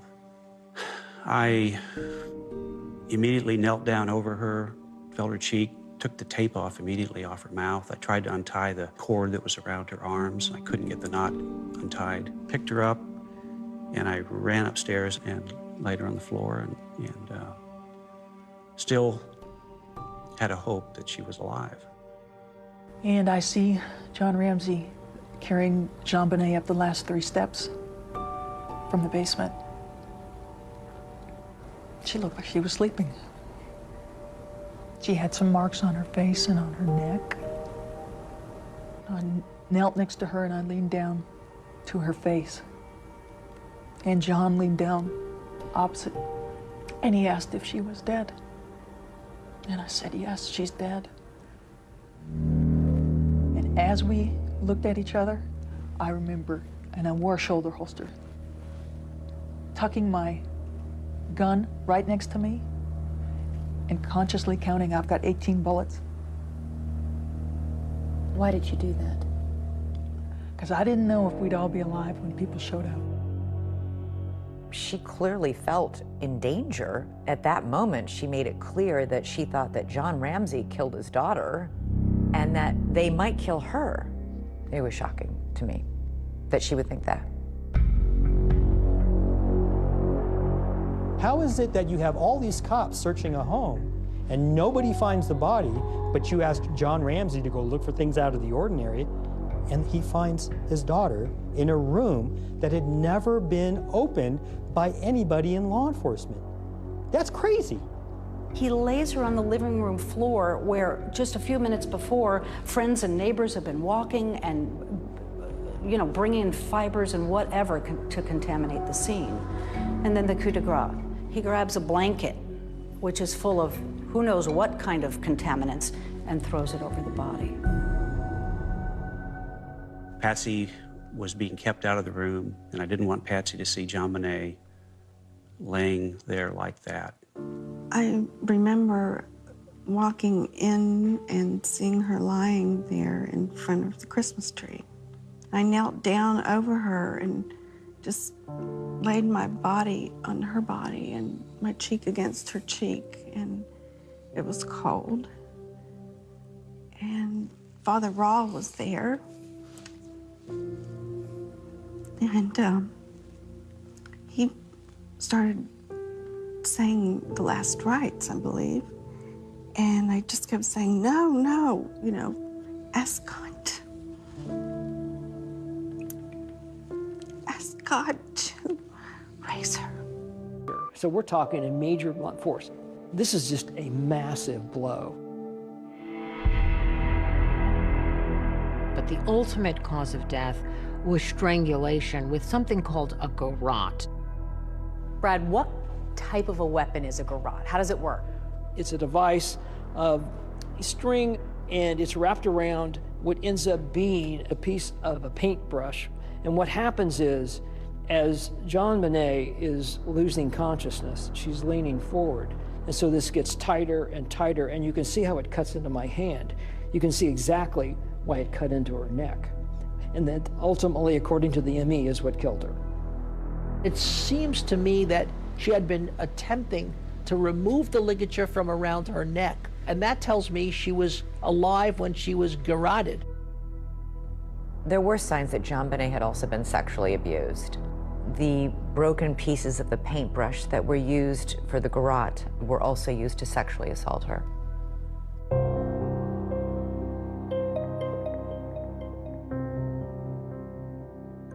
What does it tell you about the murderer?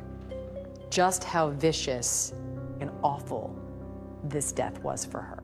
A person that would do this to a 6-year-old in this fashion clearly is into sort of sadistic behavior, that they like torture to a certain extent. This is clearly somebody who was really into this. And was here with the intent to kill. There was no evidence of a break-in. There was no jimmying on the front door. There were 4 people in that house, and 1 died overnight. From the very beginning, they suspected the parents. Within minutes of JonBenet's body being found, this was who they were going to go after, and that's what they did. The police are thinking, we got to talk to those parents, and we got to talk to them right now before they start getting their story straight together.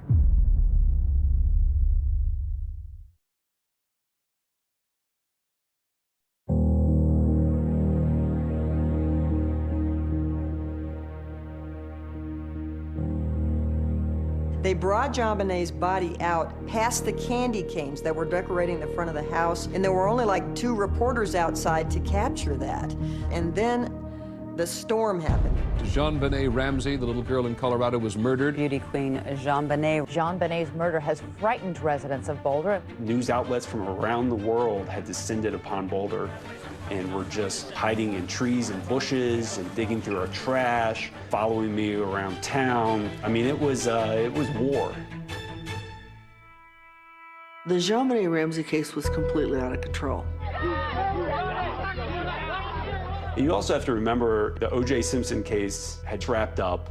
The 24-hour news cycle, their content had dried up. And so along came the Ramsey family, and we fit right into that slot. JonBenét Ramsey was a precocious 6-year-old. She had been strangled to death in the basement of her own home. You have the shock, this incredibly horrendous crime, and then you have these videos that surface.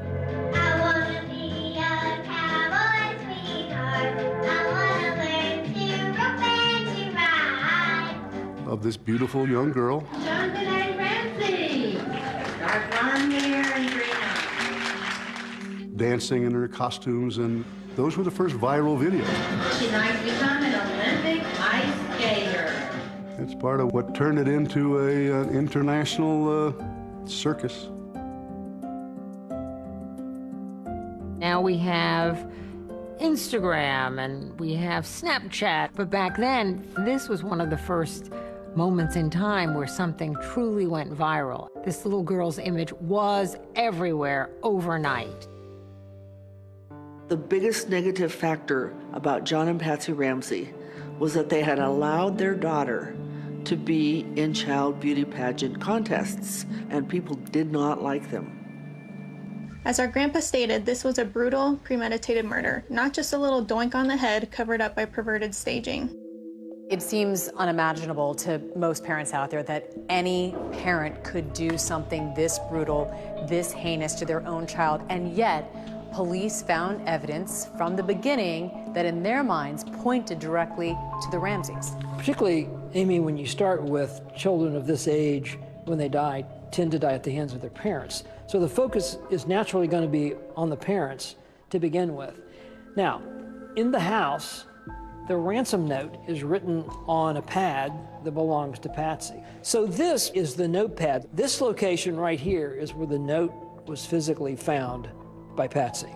The pen that was used was in the house. So this is the garrote that was used in the murder of JonBenét, and it's a special significance because of what it was made from. Yes, it basically is an artist's paintbrush that's broken, and what's important is that it actually came from Patsy's art supply.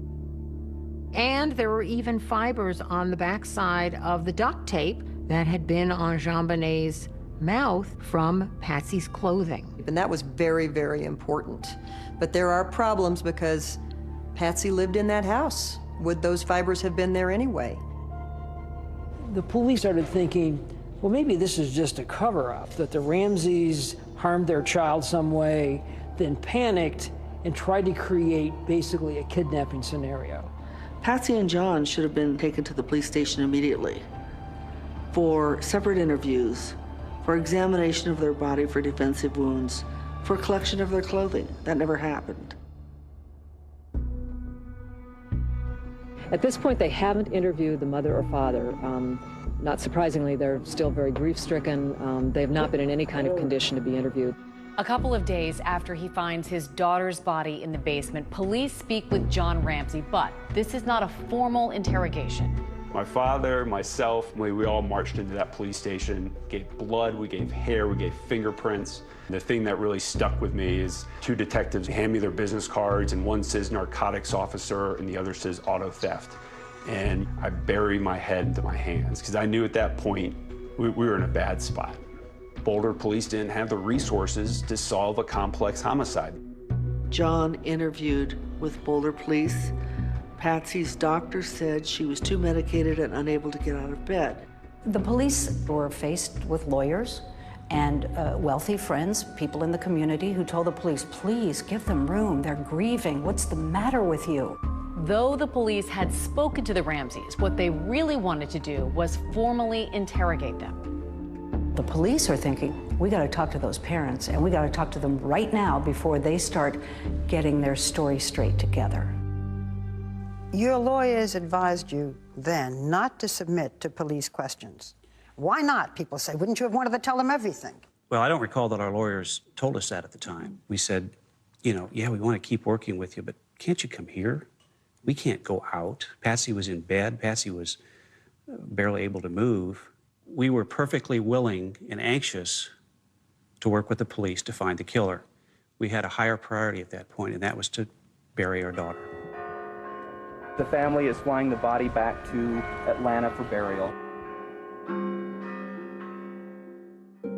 On New Year's Eve, JonBenét was laid to rest just outside of Atlanta, Georgia.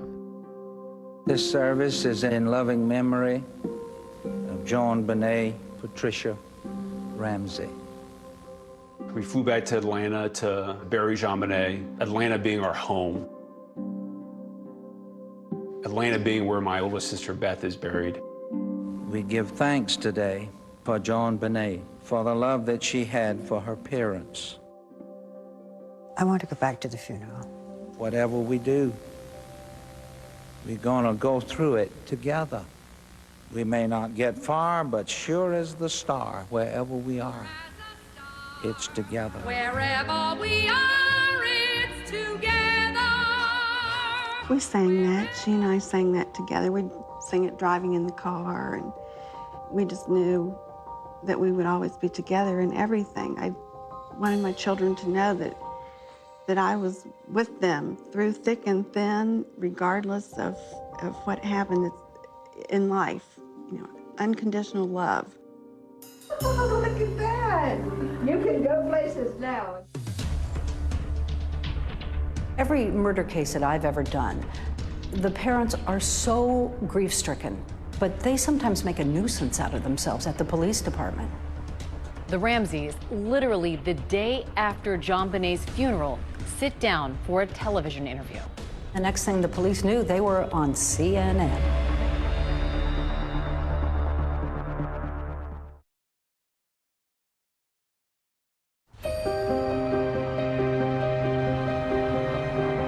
The Boulder police don't interrogate the Ramseys, but they remain the main suspects. Many people found the Ramseys' behavior peculiar, suspicious, weird, off balance, and from that thought, they must be guilty. When you realized that you two were the prime suspects, what did you think? What did you feel? What did you say? Well, we were outraged. We were shocked. How could they think that? We were a normal family. I just didn't believe it. You just can't believe it. I mean, you were suffering from having lost our child. And then for someone to accuse you, it's just, you can't believe that that would happen. A lot of people said, you know, if that were me, I'd be on the steps of the police department finding the murderer of my daughter. Then they go on CNN and say they didn't do it. If anyone knows anything, please help us. We've sensed from our friends that this tragedy has touched not just ourselves and our friends, but many people. As a mother, my heart went out to this couple. And if I were a resident of Boulder, I will tell my friends to keep your babies close to you. There's someone out there. But my journalistic brain said to me, this isn't right. They should be talking to the police, not the public. Police end their 10-day search of the Ramsey house and remove the crime scene tape. It is unknown if the family intends to resume residency at the home. We have no comment on the whereabouts of the family at this time. Starting from the beginning of this case, we, the media, lapped up what the Boulder Police Department wanted to tell us about what they were doing in the JonBenét Ramsey case. For the most part, the police were very tight-lipped in this thing. They didn't tell us a lot of secrets. They didn't leak a lot of information. Other than broadly, we think the mom did it. People who believe Patsy killed their daughter believe it was over bedwetting and then staged to look like an intruder. The bedwetting theory was a big theory at the time. The bedwetting theory suggests that Patsy was angry with JonBenét and killed her because the bed was wet. I'm a cancer survivor of stage 4 cancer. When you are standing on the brink of death with a terminal illness, your priorities suddenly line up. Bedwetting is totally insignificant. I love my children. I wouldn't harm them for anything in the world. But Americans were fascinated with the possibility that the Ramseys might have done this. What happened in that house? Did she go berserk and hurt JonBenet, by accident, not on purpose certainly? Did Burke hurt her by mistake and cause her death? It was leaked by Boulder police that it was possible that Burke Ramsey's voice was on the 911 call that Patsy had made. Patsy? Patsy? The 911 operator believed that she heard an unexplained voice at the end of the 911 call. Patsy Ramsey has put the phone down, but she hasn't hung it up. And the 911 recording continues. I heard her say, okay, I've called the police, now what? And I thought, huh. And then I heard two people talking to her, and I heard a male voice respond, and then I heard a more faint voice respond. Some speculated at the time that faint voice might have been Burke, but the family denied it, saying he was asleep at the time. We asked an expert to weigh in on the call. My name is Ed Primo. I'm an audio-video forensic expert. And I was asked about what people have heard throughout the years from this 911 call. Here we go. What's your name? Are you laying there in the number?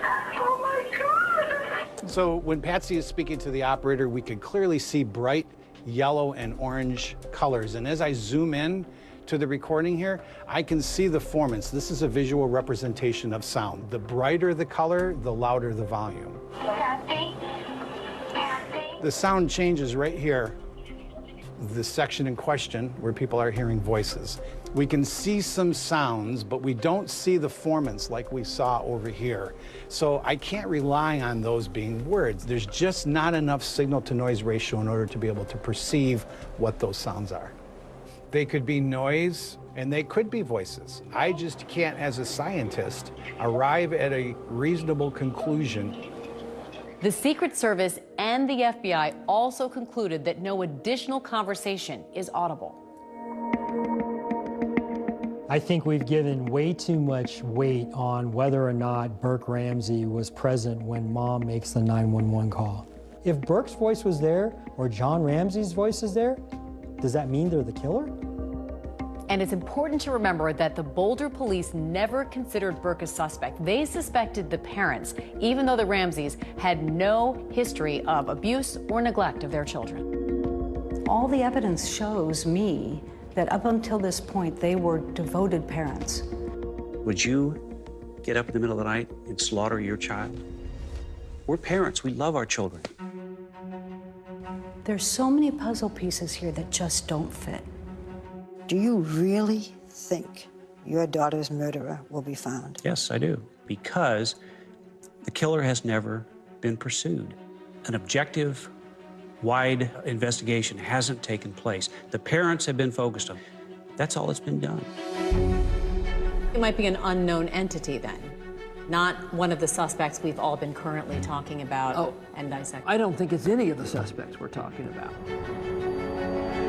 What we know is that just within a few mile radius of the Ramseys' home, there was approximately 38 to 40 sex offenders in that area. And the question is, have they all been completely vetted? Was it an accident? Was it intentional, premeditated? I want to say something to the person or persons that took this baby from us. The list of suspects narrows. Soon, there will be no one on the list but you.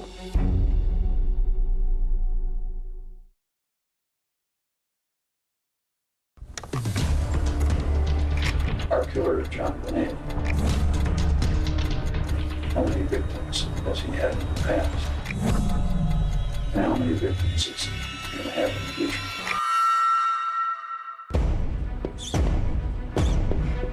The grand jury couldn't point the finger at one or the other, but they were convinced that it was one of the two of them and that the other one helped. Go back to the damn drawing board.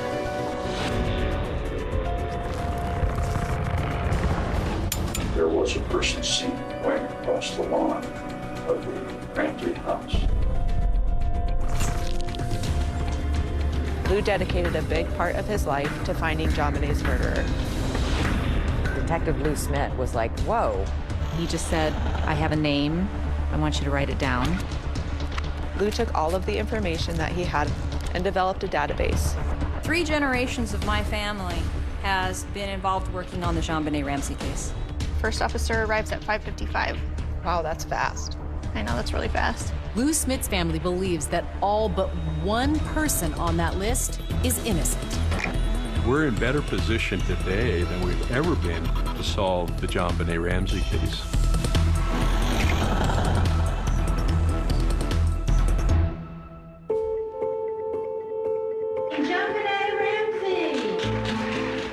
JonBené was an entertainer. She would entertain at the drop of a hat. She loved to sing and dance and perform. It was a natural for her. I competed with JonBené. She had all these wonderful costumes and outfits, and she had this presence. Third runner-up, JonBené. It wasn't really a competition to her. It was more of like, this is fun, like let's go on stage and do that. My name is JonBené Ramsey, and I'm 5.5. What is your favorite animal at the zoo? The monkeys, because they laugh and stuff and hang around. Today, that little girl would be 30 years old. I was her age. She would be my age now. She would be pursuing her own career. She never got to grow up. She is frozen in time now.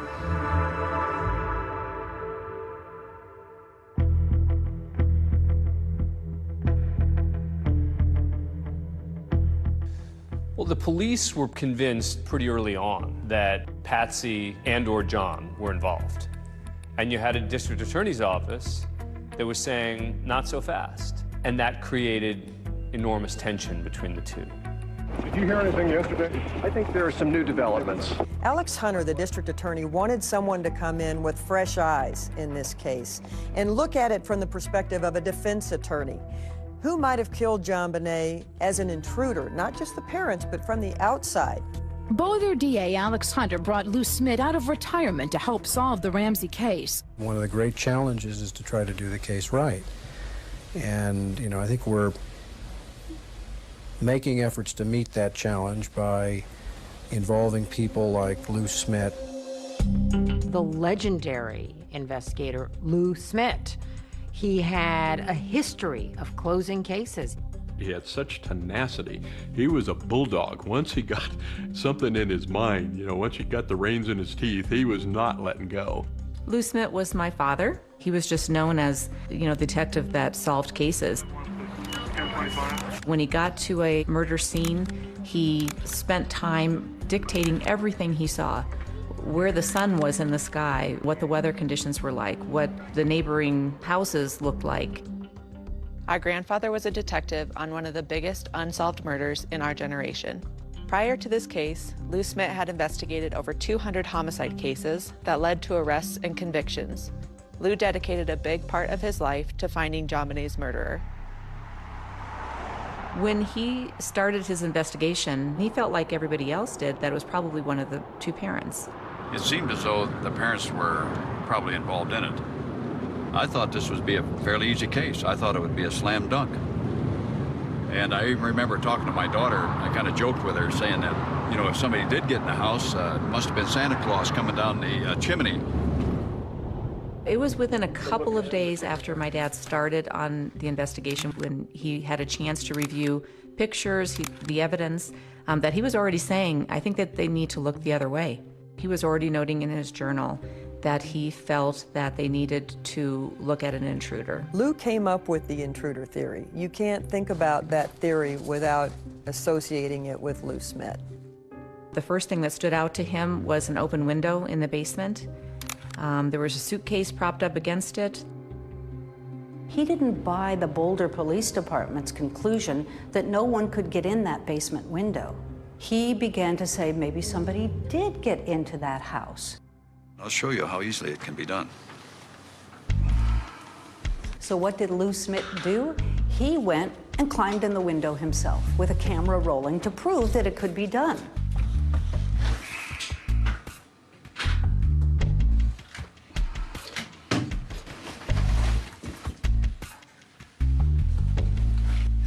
wasn't that difficult coming in that window.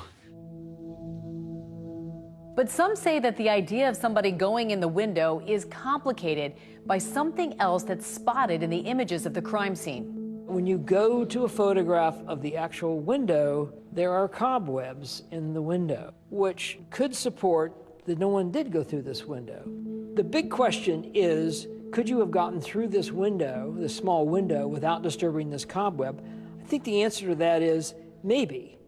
But the other important point is, how soon was this picture taken after JonBenet was killed? Because spiders can replicate webs very fast.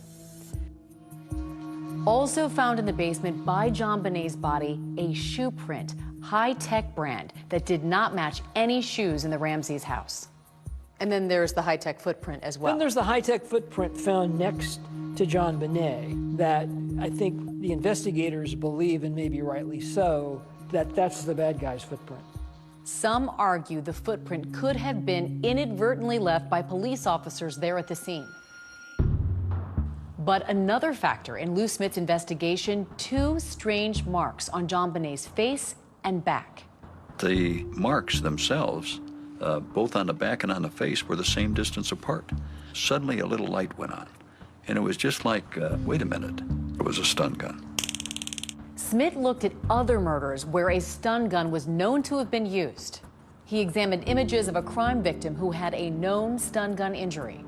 And the marks are very similar to the face of JonBenet. He also looked into an experiment performed using stun guns on pigs. These marks were also the same as the marks found on JonBenet. When we did the pigs, we get perfect marks, just almost like on the back of JonBenet. This brings back our grandpa's whole motto that things are usually what they seem. Don't make it complicated. There's no reason at all for the Ramseys to use a stun gun. And the Ramseys don't have a stun gun. If it's not a stun gun, what is it? That's the question I always ask. You tell me what it is.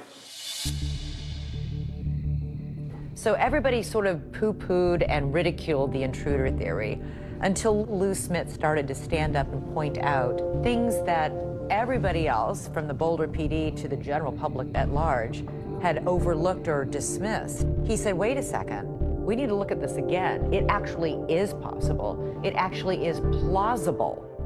And in his view of it, it's actually the most likely thing that happened. The police and the district attorney are at odds. The DA is looking at the intruder theory, the police focused on the parents, but both want to get the Ramseys to come in for a formal videotaped interrogation. Go back to the damn drawing board. I didn't do it. Lou Smith thought that the Ramseys were being targeted unfairly. I thought there was something drastically wrong. I had seen evidence of an intruder.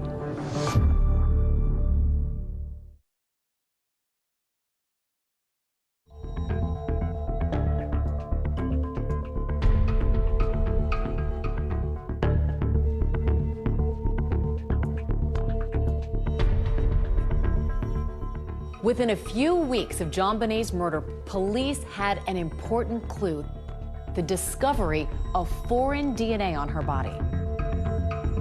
Crime scene detectives discovered DNA underneath JonBenet's fingernails and in her underwear that did not match anybody in the Ramsey family. That was not something that was made public for quite a long time.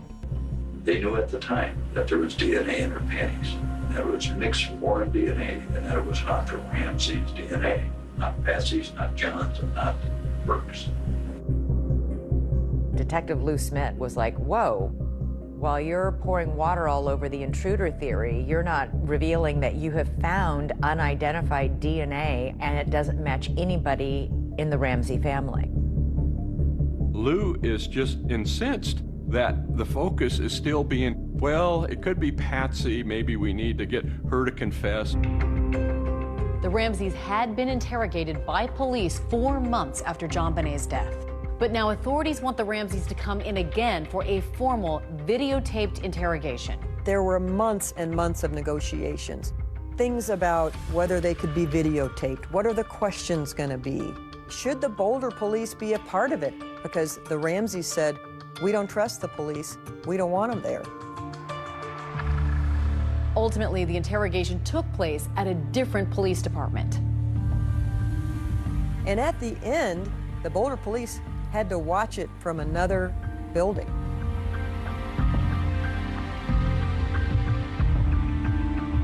The Ramseys finally sit down with the police for a videotaped interrogation in June 1998, a year and a half after JonBenét's murder.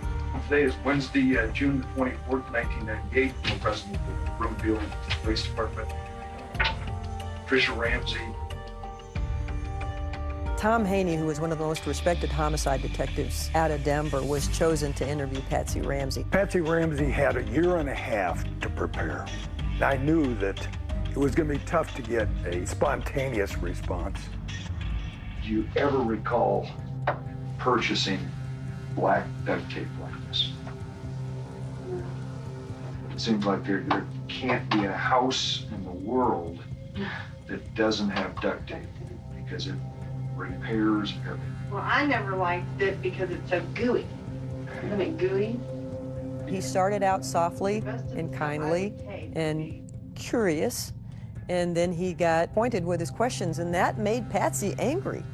If I told you right now that we have, in the process of being examined, trace evidence that appears to link you to the death of JonBenet, what would you tell me? Tell me to go retest. How is it impossible? I did not kill my child. I didn't have a thing to do with it. She said it was impossible that we had physical evidence linking her to the crime. I'm talking about scientific evidence. I don't give a flying flip how scientific it is. So, but they're trying to say, Patsy, that their actions before, during, and after are all consistent with innocent people. You didn't do it. My dad started getting frustrated as time went on because he felt that the case against the Ramseys was being slanted where no other evidence was coming in. I thought there was something drastically wrong and that there was a gross injustice in this case. I had seen evidence of an intruder in the house that night. Lou Smith thought that the Ramseys were being targeted unfairly, and he didn't believe the police were listening to him. Smith so strongly disagrees with the prosecutor's focus on the Ramseys that he is resigning from the case, saying, "The case tells me John and Patsy Ramsey did not kill their daughter." He wrote a letter to Alex Hunter telling them that he couldn't be a part of the persecution of these people, is how he termed it. He wrote, "I intend to stand with this family and somehow help them through this and find the killer of their daughter." My dad may have resigned from the district attorney's office, but he never stopped work on the case. He walked in JonBenét's shoes, and he owed it to her, he felt, to continue his investigation. One thing Lou Smith fought to do was tell a grand jury his side of the story, the intruder theory. There were too many questions, in particular, that DNA in the underwear that appears to have been from a man didn't match anyone they knew of.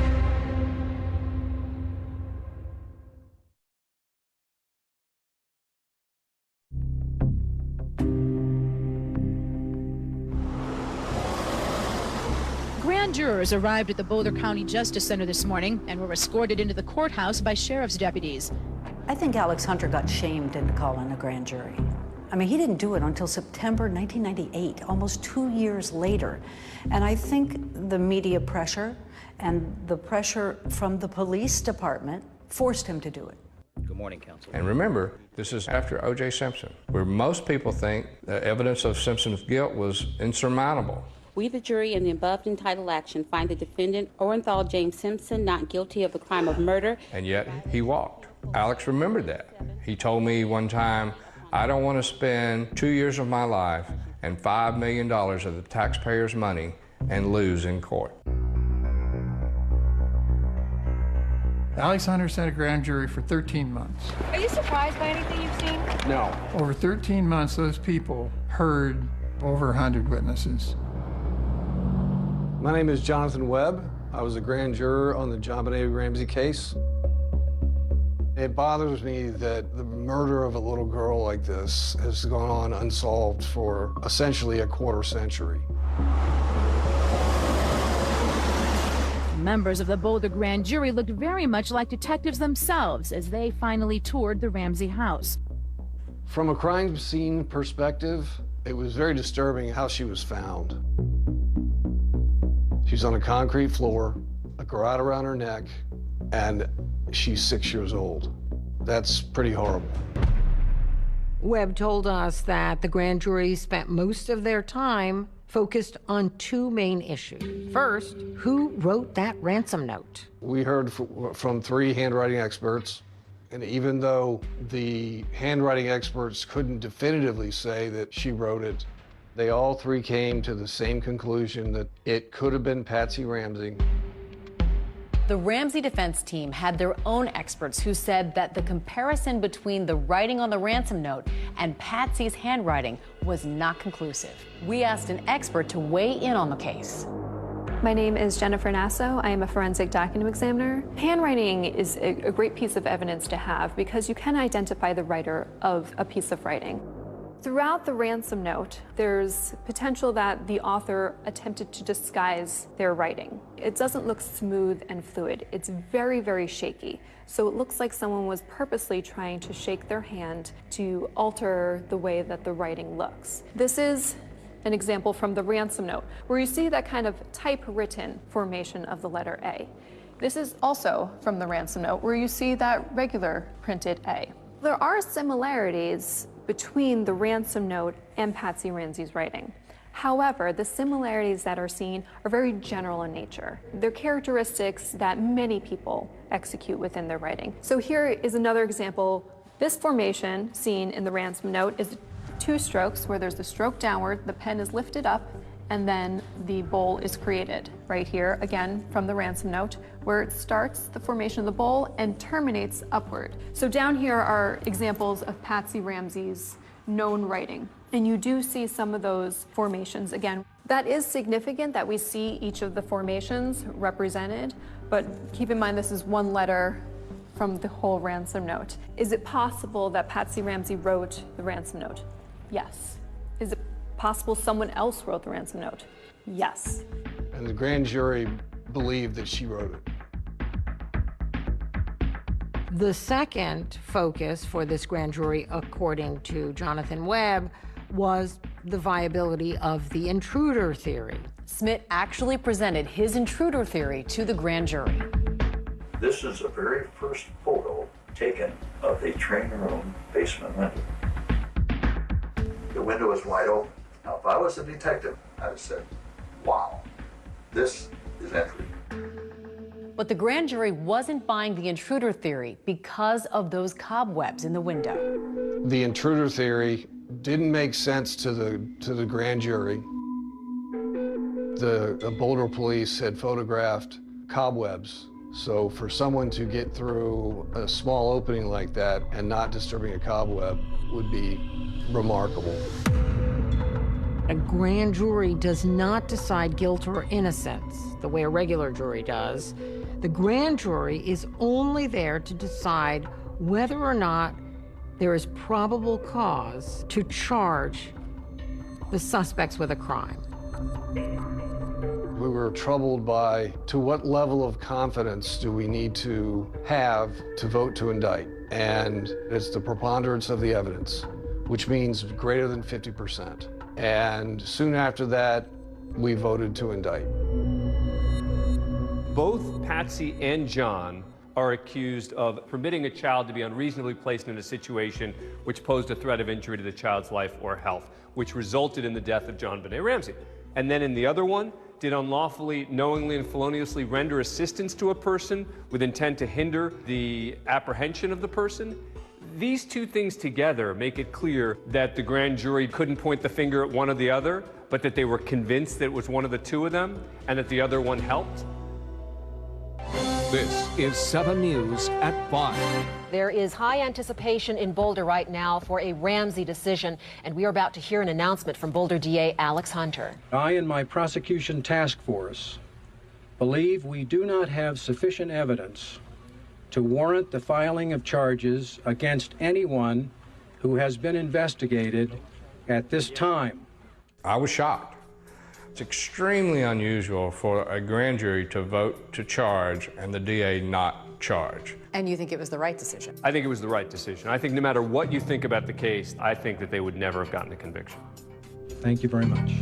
There were too many questions, in particular, that DNA in the underwear that appears to have been from a man didn't match anyone they knew of.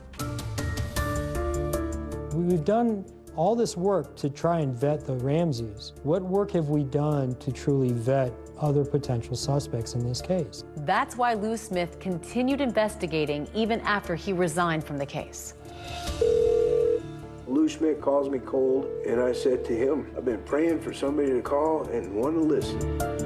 Well, I believe a friend of mine killed her.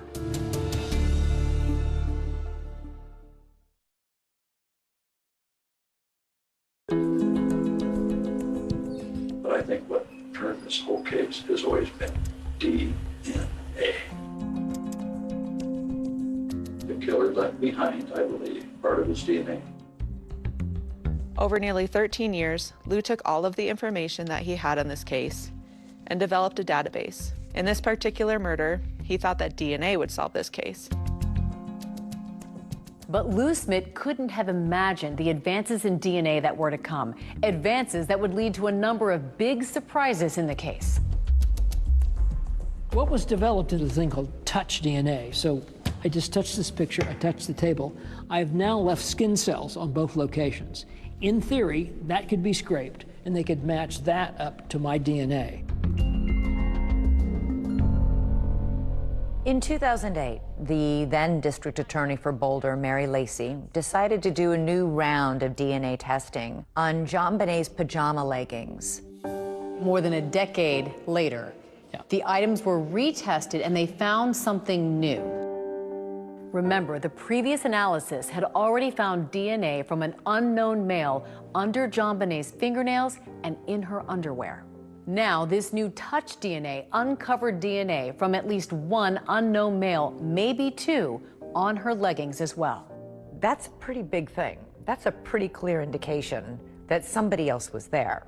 You've got DNA now in 3 places on JonBenet's body that doesn't match anybody in the Ramsey family, anybody, and nobody knows whose it is. And so I think that's what drove the district attorney to make a comment that she's basically not going to look at the family any longer. The news broke here at the district attorney's office with this incredible letter to JonBenet's father. DA Mary Lacey wrote John Ramsey, "We do not consider your immediate family, including you, your wife Patsy, and your son Burke, to be under any suspicion in the commission of this crime." John Ramsey appeared on a local newscast. We're certainly grateful for an acknowledgement that we are innocent, that this was an intruder, which of course we've always maintained. Somewhere, somehow, there may be a match to that DNA. Then you got your killer.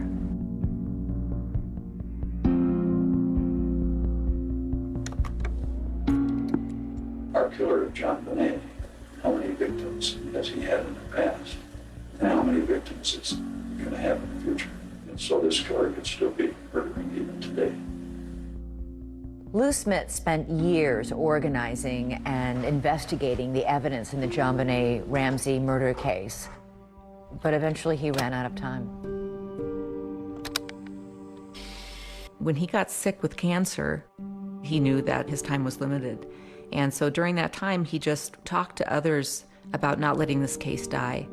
He had people coming every single day, 60 to 70, 80 people a day, coming to see him. And they said their goodbyes. And during that time, he would still talk about the case. I remember about the last 3 days, he had slipped into a coma, and the conversations would become one way, you know, and I don't know if he could hear me or not.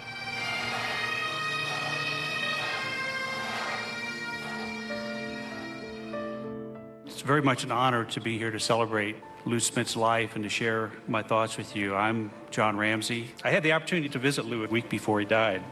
Remarkably, during that time together, Lou talked a lot about the case. He hadn't given up. He never gave up.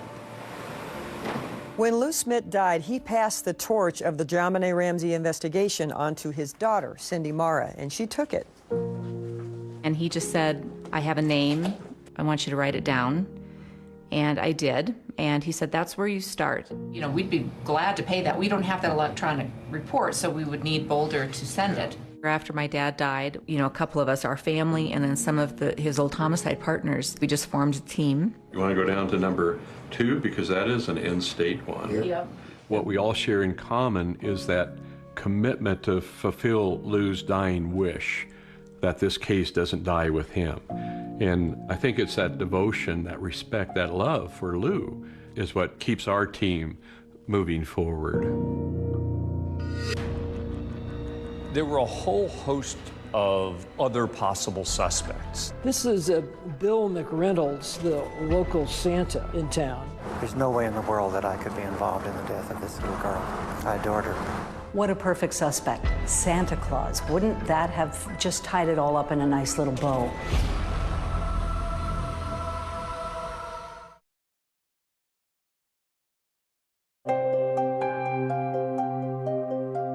Grandpa stated that if you can't show me a motive, show me evidence of bad character. If you can't show me evidence of bad character, show me evidence. He had condensed everything he knew about every person of interest into a spreadsheet. The team that his family created is confident that the killer's name is on that spreadsheet. So what do we know about the person suspected of killing JonBenet Ramsey? The DA says the genetic profile from the DNA belongs to a male. There were a whole host of other possible suspects, ranging from known criminals to friends of the Ramseys. Brad, investigators looked beyond the Ramsey family. In fact, there was some speculation into potential involvement by 2 local men, correct? Correct. Here you have Gary Oliva. He was a homeless man who hung out at a church just a block and a half from the Ramseys' home. And he confessed that he killed JonBenet Ramsey. In fact, he called a friend right after she was killed, crying, sobbing, saying he'd just killed a little girl.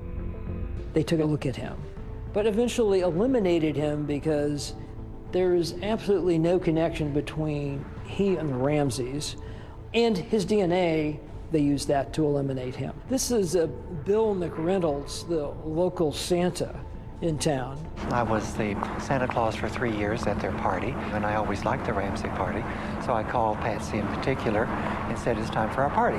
And apparently JonBenet had made a comment that he, Bill McReynolds, was coming to their house to see JonBenet. I think everybody thought that was a little weird. His DNA didn't match, and he's out of the picture.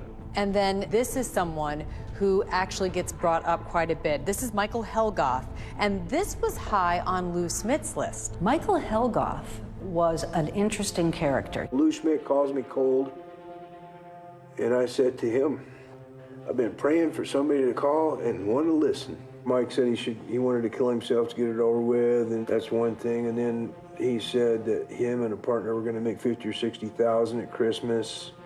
He wanted to crack a human skull. Michael Helgoff evidently committed suicide the day after the Boulder District Attorney threatened that, hey, we're going to find you. The list of suspects narrows. Soon there will be no one on the list but you. So he committed suicide after authorities said they were narrowing their list. Right. He had a stun gun and he had high-tech boots. Correct. Stun gun, a bit odd for people to have. High-tech boots, fairly common thing for people to have. But the real clincher would be DNA, didn't match, and he has no connection to the Ramsey family. So he was ruled out. And he was ruled out. And then Brad, who could forget John Mark Carr? Of course. He made quite the headline. I love JonBenet, and she died accidentally. No. Everyone probably around the world knows John Mark Carr. Her death was an accident. So you were in the basement? Yes. Problem is, he wasn't in Boulder, Colorado when she died, and his DNA didn't match. And that was it. He was ruled out. What does it say about the state of this case and the possibility of ever solving it? Well, that's a big question. We went through the people of interest, the suspects, and came up with our top 20. Take a look at it and run it through their program. What our team has been doing is focusing on collecting DNA and testing DNA. Do you want to get in touch with them? Who wants to? I think we should make the effort. You want to just start like maybe in September? And since Lou has passed away, the team has been able to clear a number of people from that list. However, the work is pretty slow because of the time and expense involved in locating somebody on that sheet and obtaining their DNA and then testing it. We have asked suspects for their DNA, and in other cases, we've, I guess, done it the old-fashioned way with surveillance and trickery. We've gotten together and followed people and gotten a discarded cup or some such thing. So the DNA is evolving constantly, so we're in better position today than we've ever been to solve the JonBenét Ramsey case. We are just trying to eliminate people from that list. And we just figure if we keep at it, hopefully we'll finally whittle it down to one person remaining on that list. Lou Smith's family believes that all but one person on that list is innocent.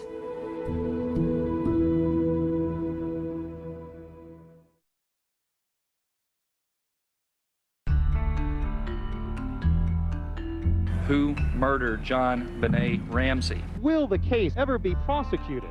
Is it still just as mysterious today as it was in 1996? Absolutely. I think it's even more mysterious now to some degree because people have moved away from John and Patsy Ramsey as possible suspects.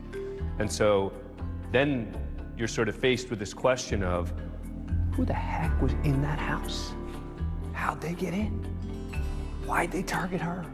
And to some degree, that makes it even more fascinating. There was a person seen going across the lawn of the Ramsey house the night of the murder. Was there a killer trying to get into the house? In September, we met with the Boulder DA's office and PD. And what we presented was a confidential list of our top 20 people of interest and the list of the 8 people of interest that our team had eliminated through DNA analysis. We just don't feel at this point that they are actively investigating this case. The Boulder Police Department says the Ramsey case is an active, ongoing investigation, but they have never publicly commented on the handling of the case. This team isn't going to give up. There's a third generation. My daughters and others that will continue on with this case when we end up being too old to do it. But we're not going to stop investigating. We're just not going to do it. This case boils down to intruder or Ramsey. And if the Ramseys didn't do it, then it's an intruder. And if it's an intruder, the intruder is still out there. The case took its toll on the whole Ramsey family emotionally and financially over the years. John Ramsey would lose his job and spend millions on private investigators, lawyers, and security. There are still people today, John, 22 years later, who believe you or Patsy or Burke had something to do with the murder of JonBenét. I know that. And how could they have believed otherwise? Because that's what they were told. You know, even if we have a conviction, a confession, and this person's in prison, there's going to be 5–10% of the population that still thinks we're guilty. My dad certainly suffered a tremendous amount, but I think he's focused on life today and enjoying life with his family and grandkids, and he's remarried. Patsy died from cancer in 2006. She's buried in Marietta, Georgia, next to JonBenét. In my mind, she's still my 6-year-old little girl. That's how I remember her. Every once in a while, I'll see a little child from behind, a little blonde-headed, ponytail girl, about 6 years old, and that catches me for a second because it looks like JonBenét. The family has not lost the will to fight and the will to find the killer. We work on this daily. There's a group of dedicated volunteers that work on this daily. I want the trauma to stop for the family. And if we can find the killer, then the next generation doesn't have to live with that trauma and the unknown and the speculation. The only way to do that is to find out who did it.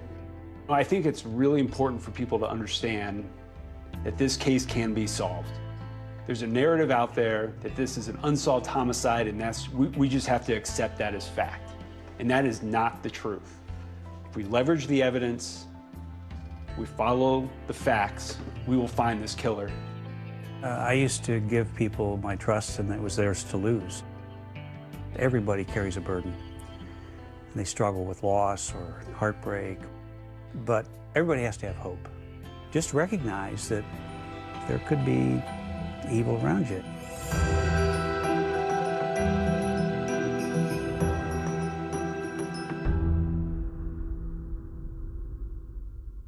Kelsey was 8 weeks pregnant, last seen in Pueblo, visiting her boyfriend.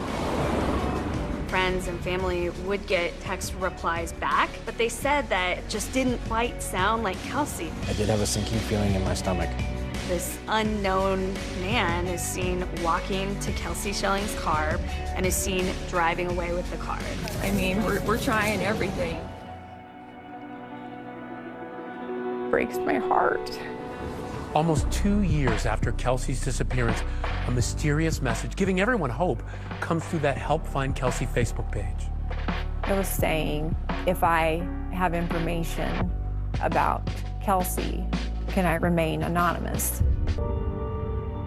Kelsey Schelling grew up in the tiny farm town of Holyoke, Colorado.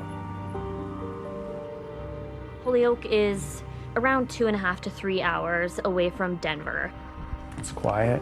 It's kind of have your own way. Perfect place to raise a family. Yeah, real good place, yeah. Safe. You're hoping anyway, you know. Holyoke is definitely agricultural. There's only one stoplight, and if you want to go to a Walmart, you've got to head west to Sterling. That's 50 miles away. In the early 90s, Kelsey's parents, Doug and Laura, owned the local grocery store in Holyoke. Kelsey and her brother Colby seemed to be living out the American dream. I first met Laura Saxton back in 2016 when 2020 was first looking into Kelsey's story. You know, she's just always been a little firecracker.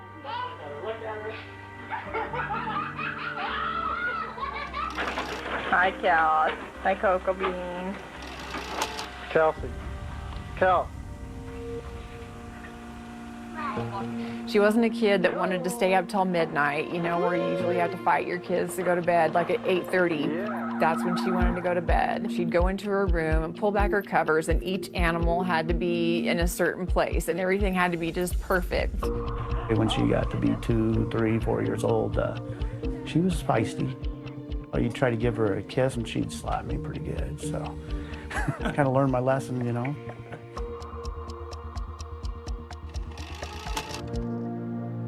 My first impression of Kelsey, she was just an active, outdoors, fun-loving girl, liked to do a lot of sports.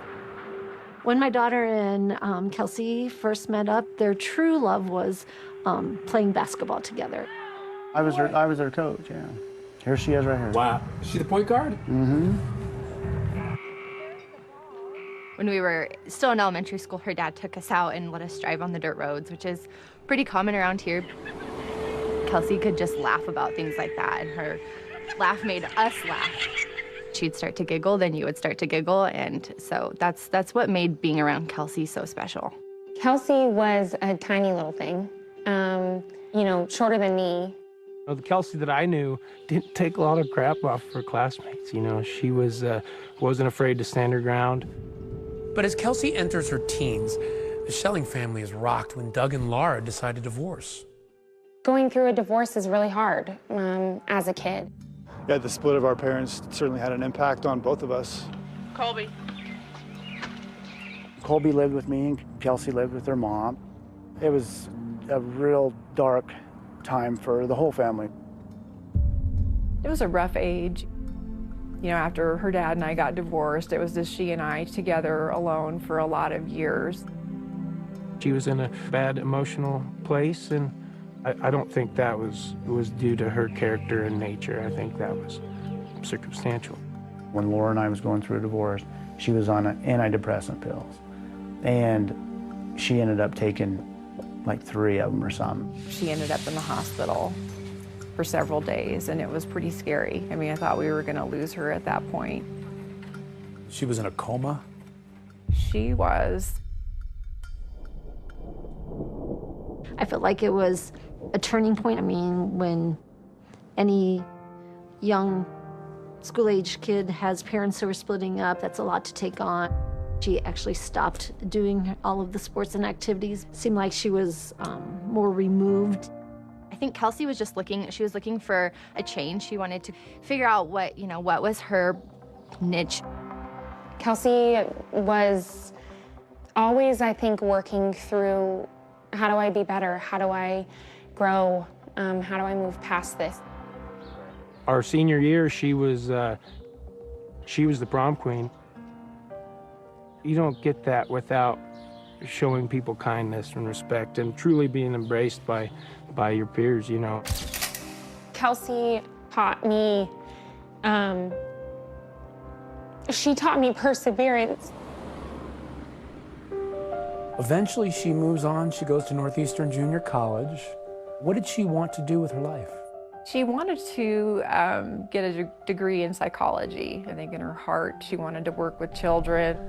We officially became roommates January 2011. If all of us were bored at 3 o'clock in the morning, she'd be the one to say, let's go cause problems, I guess.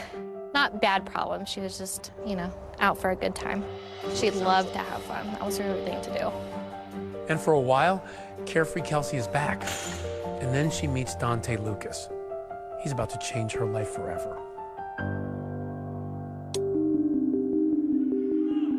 It was a big deal that she was dating Dante. He was part of the basketball team. They were kind of the popular kids and everything. By the time Kelsey got to know him, she felt proud that she knew who he was because he was somebody to know. He had dreams of making it big in the NBA. Kelsey thought she met the man of her dreams.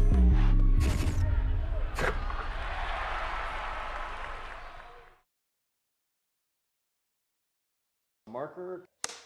Please say your full name and give us your title. Lisa Wayne, attorney at law. Well, I had the privilege of being down in Pueblo in the 80s, and I was a public defender.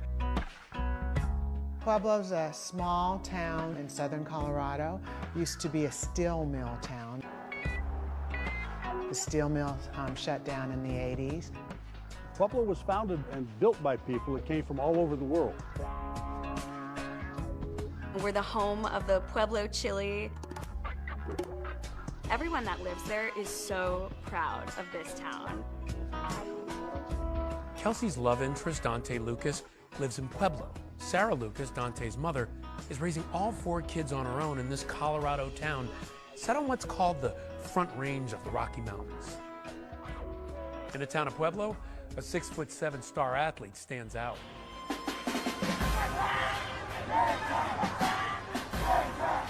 I coached Dante Lucas in youth football. He was a coach's dream. He was a real polite kid, wanted to learn the game of football and just really quiet. Dante Lucas was super close with his mother, Sarah. On the football field, she was one of the most supportive parents. For Dante, football wasn't his sport. I'd say he's a better basketball player, which happened later in his career through high school here in Pueblo. Dante Lucas was a very well-known basketball player. He was going to be the one who made it out of Pueblo.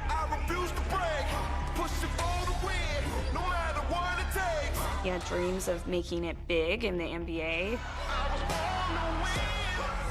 It was obvious that he wanted to pursue it, but the family spoke more about it than he did. We were told by Dante's mom, Sarah, that he was getting contacted from North Carolina and Kentucky.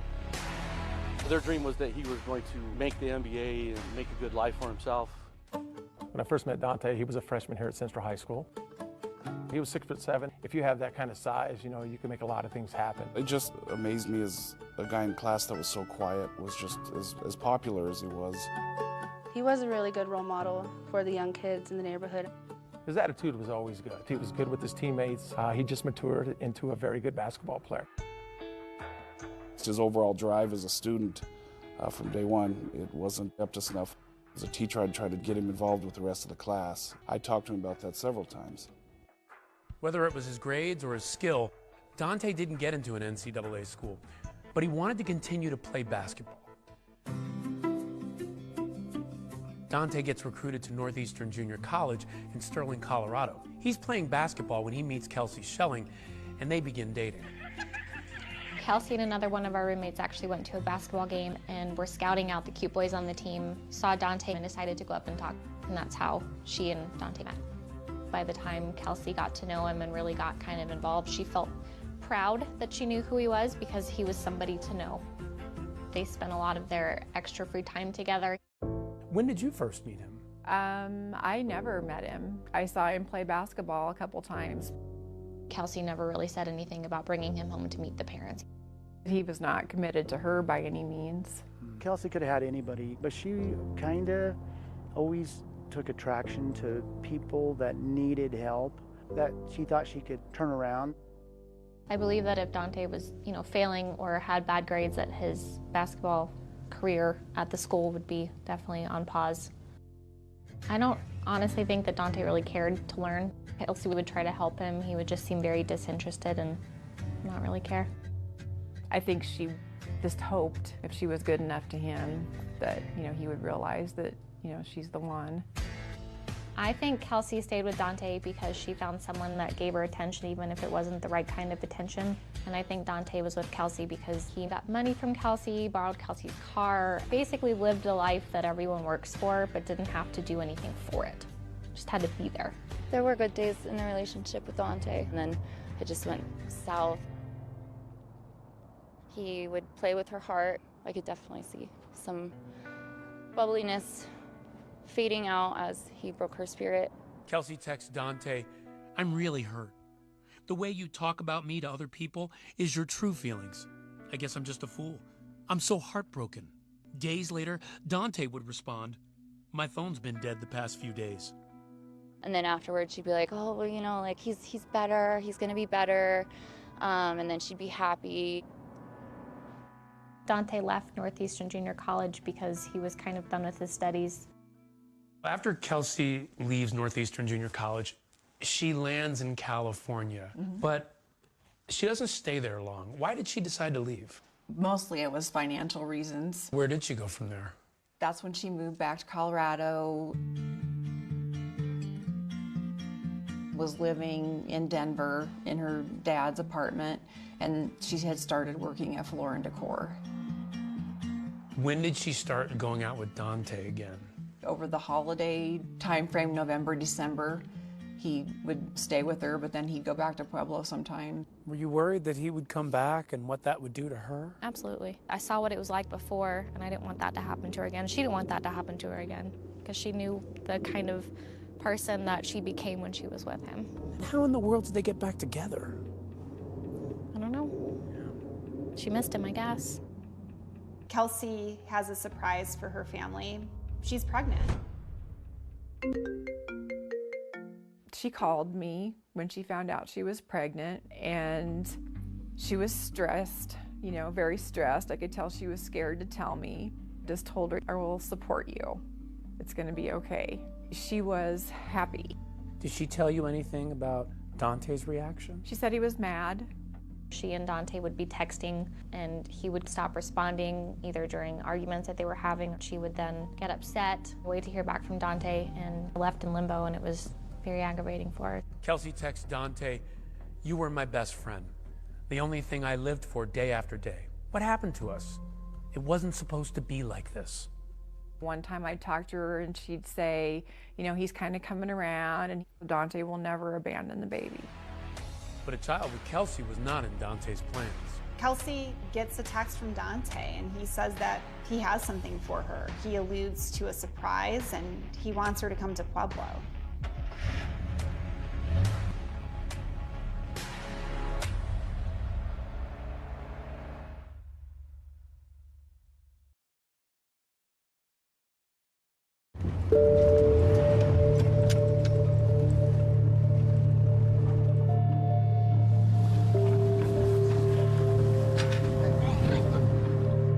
Kelsey had come home.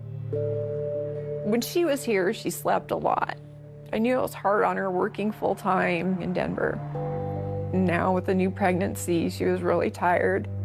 I said, I will support you. Whether Dante is in the picture or not in the picture, it's gonna be okay. She was happy. She wanted that baby. She wanted to be a mom. She was in a good place. Yes. So I'm thankful for those couple of days that we got before she went missing. My name is Zach Hillstrom. I am a reporter at the Pueblo Chieftain. I think that people have been trying to fill in the blanks about what happened to Kelsey from the time that it happened, and not just when the mystery seemed like it might be a permanent one. On February 3rd of 2013, Dante Lucas, her boyfriend, was trying to convince Kelsey Schelling to come visit him in Pueblo that day. She responded with a firm no. It seems like they fought a lot that night. Just before 3 a.m., Kelsey texted Dante, "You don't have to be in a relationship with me. You don't have to marry me. You don't have to have a happy little family with me. You don't have an obligation to me. You're good. Don't worry. Good night." Lucas's response to that was, "Oh, I know all of that. Thanks for stating that for me."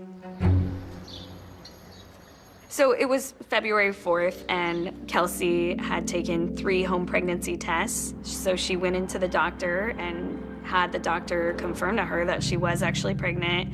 She got the sonogram done. She even had the photo in hand of her sonogram. She was able to share that with her mom. What did you think when you saw the baby? I was happy. I knew that she was happy. She showed up to work probably 10 minutes late. She just had her ultrasound. She's really excited. She was in a great mood that day. That morning, Kelsey told Dante that she had finished her appointment and that her due date was September 13th. Lucas's response to that was cool. He asked her to skip work and come to Pueblo. She texted him, "I'm not gonna come get you so we can fight all day." He texted back, "I don't wanna fight at all. I want to give you this." She writes back, "Give me what?" He says, "Just wait and see for yourself. You probably wouldn't believe me if I told you anyway, so you can see for yourself." Kelsey decides to go down to Pueblo after work. She clocked out of work at a little bit after 8:40 p.m. and hit the road to see Dante in Pueblo. So Denver to Pueblo drive right down I-25. It's about 2 hours long. It's just one straight path. Not a lot of people are out on the roads. It is a lonely, quiet drive.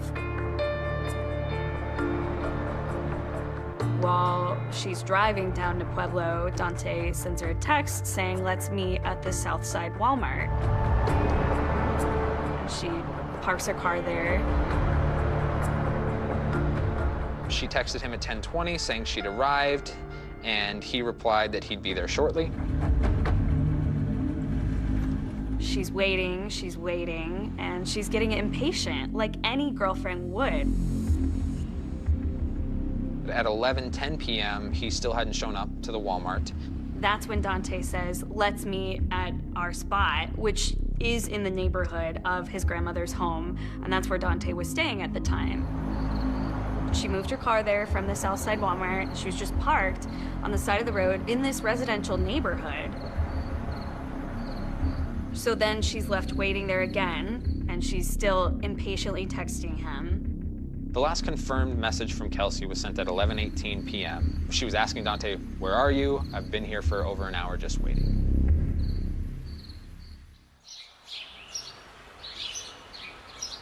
The following day, the 5th, she didn't show up for work. So I tried calling her, couldn't get a response. So then I shot her a text message asking her where she was, why she wasn't at work. Got a text message back right away saying that she was in the hospital having some tests done. And she said that she was not having a baby anymore, it was growing in the wrong place. I tried calling her on Wednesday. She didn't answer her phone, which is kind of pretty rare. And then I texted her, I said, "Hey, give me a call." I got a text message back, said, "I'm not feeling good, I'm on the couch, I'll call you tomorrow." I kept trying to call, and she wouldn't answer. Toward the end of the week, it was going directly to voicemail. So then, in the back of my mind, I'm starting to get concerned. After Kelsey had driven to Pueblo, there was never a phone call that was answered from her phone.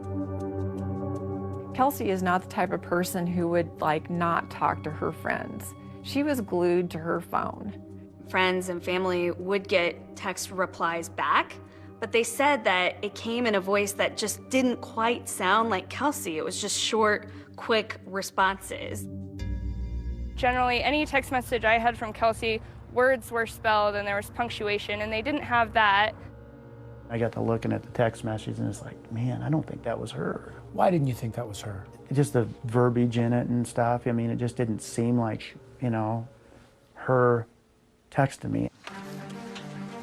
Then on that Saturday morning, it's like the whole world just unraveled. All of her friends started contacting us saying, we've been trying to reach Kelsey and we can't reach her. I called Doug, her dad, and said, something is wrong. And so then we all drove up to Denver that day. Went into the apartment. There was no sign of her in the apartment. And that's when we called the Denver police. Family members were visibly upset. They were frantic, actually, almost feverishly asking for any help they could get in trying to locate her. Did you reach out to Dante? And I did contact him to ask him, if he knew where she was. What did he sound like on the phone? Because the call that you're making to him is, Kelsey, the woman that you are with, the mother of your child, is missing. We are desperate to find her. Nothing, no. Not worked up, not, just... He's not scared? What can I do? How can I help? No, he just says, if I hear from her, I'll let you know. And then a little bit later, he got back with me. He said, I heard from Kelsey. She called from a private number. She said she doesn't have her phone. And she said she'll be getting a hold of you. Intimating that she's alive, she's out there. And I said, well, can you track that number? And he's like, yeah, I'll try and figure out what the number was. And then, of course, he never did. When this case first came in, I called Dante. He was telling me that he had seen her and had talked with her and spent time with her more recently than any of her family members, any of her friends. After I got off the phone, I did have a sinking feeling in my stomach. The following Friday, February 15th, that morning is when we drove down to Pueblo to turn the investigation over to the Pueblo Police Department. We, in the beginning, were trying not to call him a suspect, just to try to build a rapport with him and try to sit down and get him to open up. Can you kind of tell me just briefly what happened? Well, early Tuesday morning, she came down to Pueblo. During the course of the interrogation with Dante Lucas, he reveals some pretty shocking things about Kelsey and about the baby.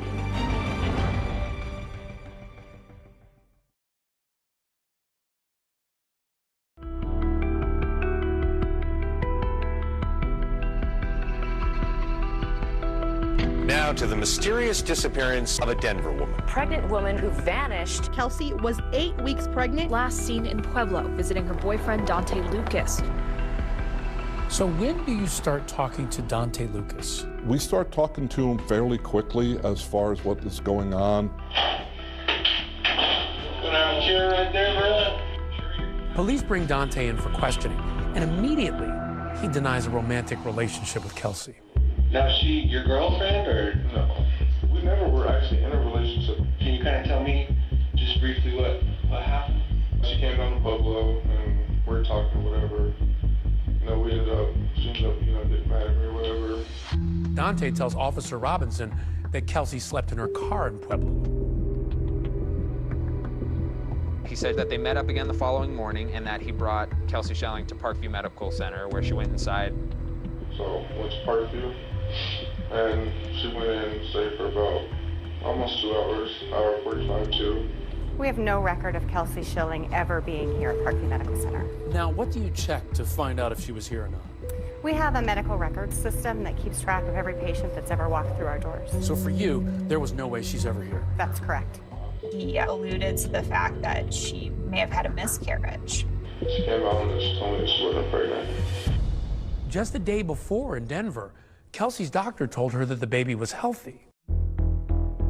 So then after we left Parkview, Dante claimed that he and Kelsey then went to the Southside Walmart. Kelsey was going to grab some snacks before she made the drive back to Denver. She went to go get some snacks, like something to eat, because she was hungry. And then came back out, we ended up talking, and she ended up telling me, like, get out of the car at Walmart, and she didn't want to take me home. So I just left from Walmart, started walking home, and then my mom came and got me.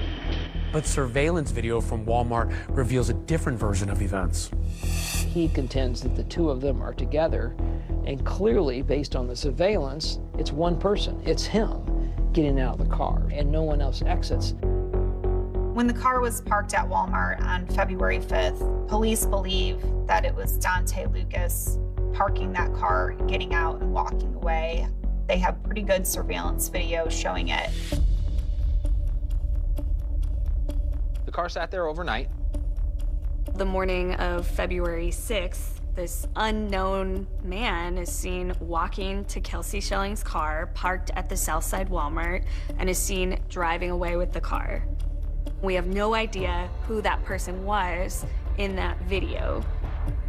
It's a car that that person is familiar with, and we know earlier that Dante had the key. Who do you think that someone was that came back and drove that car away? You know, there's similarities to Dante, but it's nothing that we can 100% say that is the person who drove it away.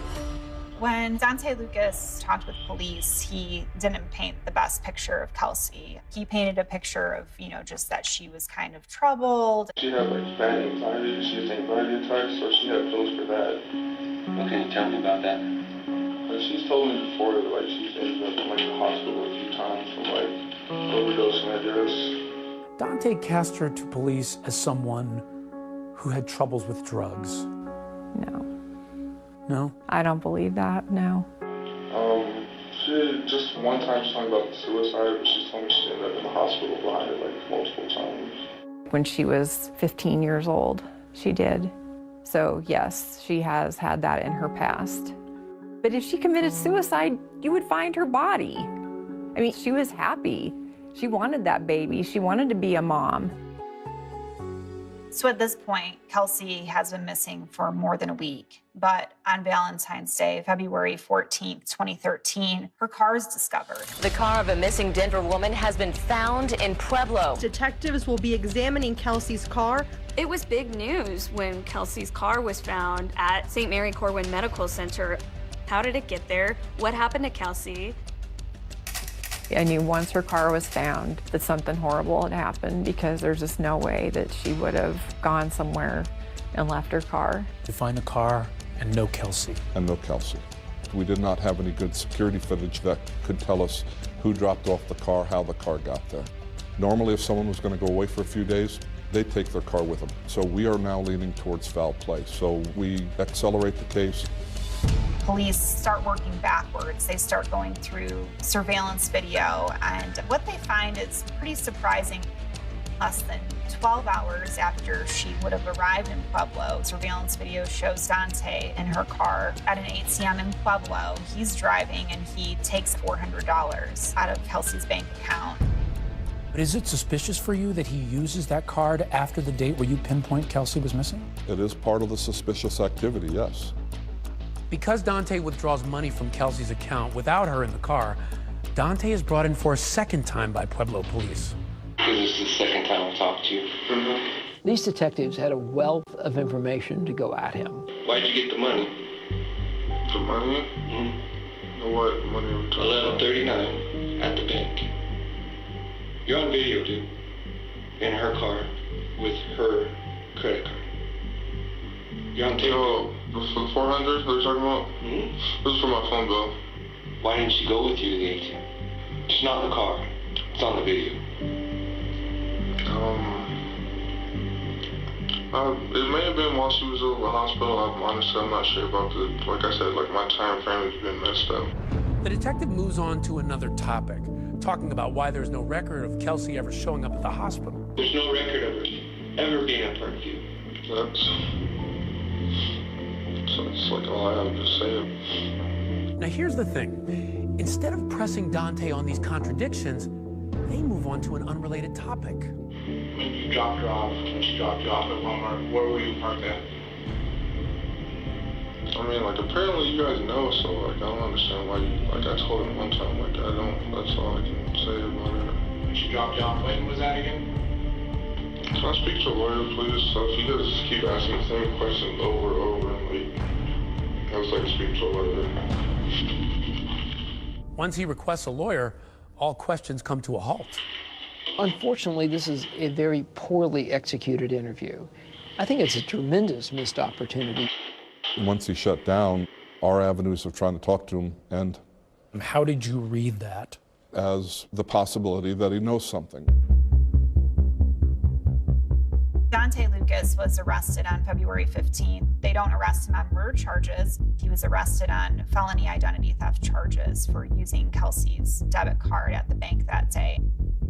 But those charges were later dropped when investigators found out that Kelsey did, on occasion, give him permission to use her bank card. How do you prove she did not or did give him permission at that time? And since you had permission to do it before, it makes it a very difficult case to prosecute. He's released. He's, living his life. Do we suspect foul play? Yes. Have we come up with a body? No. Dante is a person of interest in the fact that she's missing. Hoping to get Dante to talk, police bring in the person who knows him better than anyone. Keep us up at night. This was a story that I spent 4 years working on and reporting on. 5 years of no answers. I wanted so badly for there to be justice in this case. Even though Kelsey's car was found in Pueblo, Kelsey hadn't been found. Police, maintained at that time that it was a missing persons case. When the charges of identity theft are dropped in March of 2013, police can't get Dante to talk again. You'll have a chair right there. I'll grab you water and we'll be back in a second. So they take a different tact. They decide to speak to his mother, Sarah Lucas. I would love to clear Dante and move on. If Dante would come in, do a polygraph, we ask him like 5 questions. If he passes that, we can move on and look other directions. I will relay that to his lawyer, and I know my son wants nothing more than to find out what happened to her. Detectives ask her about February 5th. That's the day that Dante was seen on surveillance camera parking Kelsey's car at Walmart. Did you in fact pick Dante up? I did pick my son up. At that time, did you see Kelsey? Was she with him or? No, she wasn't with him then. Do you know where she was? It is. Sarah gives Dante an alibi for his whereabouts on February 6th, when that unknown man is seen moving Kelsey's car from the Walmart. On the 6th, Dante, or somebody that looks remarkably similar to Dante, I'm not going to say 100% was him, but went back and picked it up. There's no way that was him. There's no way he was at home. I know my son. He's not capable of hurting anybody. But it's been 3 years since this case happened. No one's been charged. That's right. You have inconsistencies, lies, but without a body or any direct evidence that tells us something happened to her, to a homicide, it may happen one day, but right now it's, we haven't had any evidence to reclassify it. You look at the Pueblo Police Department, they probably didn't have as many resources, and her family quickly became frustrated with how this investigation was progressing, or kind of the lack thereof any progress. Kelsey's still not a victim, according to them. There's not been a criminal act committed, according to them. We just want an effective investigation done into Kelsey's disappearance. Her family is pleading for your help. We're doing everything in our power to find our missing loved one. We tried to push Pueblo police for answers. We were there for every press conference, every event. We just weren't getting any new information from them at all. And to me, that was so frustrating. The investigation really isn't being handled properly. Laura Saxton always been a fierce advocate for her daughter, and I don't think she'll rest until Kelsey is found. Many in Pueblo are not giving up on finding clues that could help find Kelsey Schelling. Why do you think people feel so strongly about Kelsey's case? You know, they can't believe it. You know, they try and imagine what if it was their child.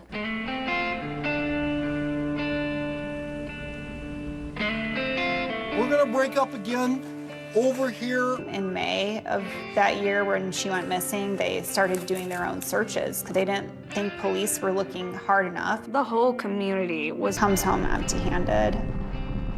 The one thing that she doesn't have is Kelsey. They never found anything on those searches. Then those searches turned into anniversaries. Kelsey Schelling disappeared. And hopefully some tips and leads in the case. Kelsey's family also set up a Facebook page, Help Find Kelsey. It was one source or one place where people could come together to generate information, maybe from even people that didn't want to call police. You get a Facebook message.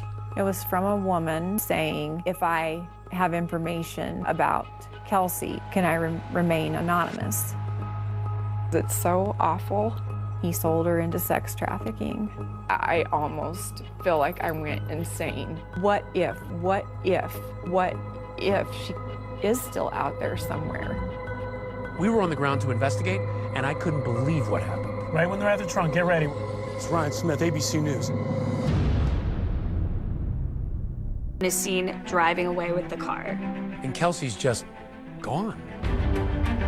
Kelsey had taken 3 home pregnancy tests. Now, is she your girlfriend or no? We never were actually in a relationship. The lead suspect stops talking. Can I speak to a lawyer, please? It's a dead end. These are the stories that keep us up at night. But an undercover volunteer befriends him. I had to play the role that I didn't know what was happening, so I was like, oh my gosh, what's going on? Like, what is happening? Okay, they're both rolling now. There's a sting operation. Right when they're at the trunk, get ready. We're about 10 seconds away. Marcus, Ryan Smith, ABC News. How you doing? I know that my testimony could potentially help take him down. The anxiety level was high, the tension was high. A witness in the Dante Lucas trial was found shot to death. Another moment where your jaw hit the floor. When they came and told us the verdict was in, we all were just like, oh my God. Her mother simply won't give up on finding Kelsey.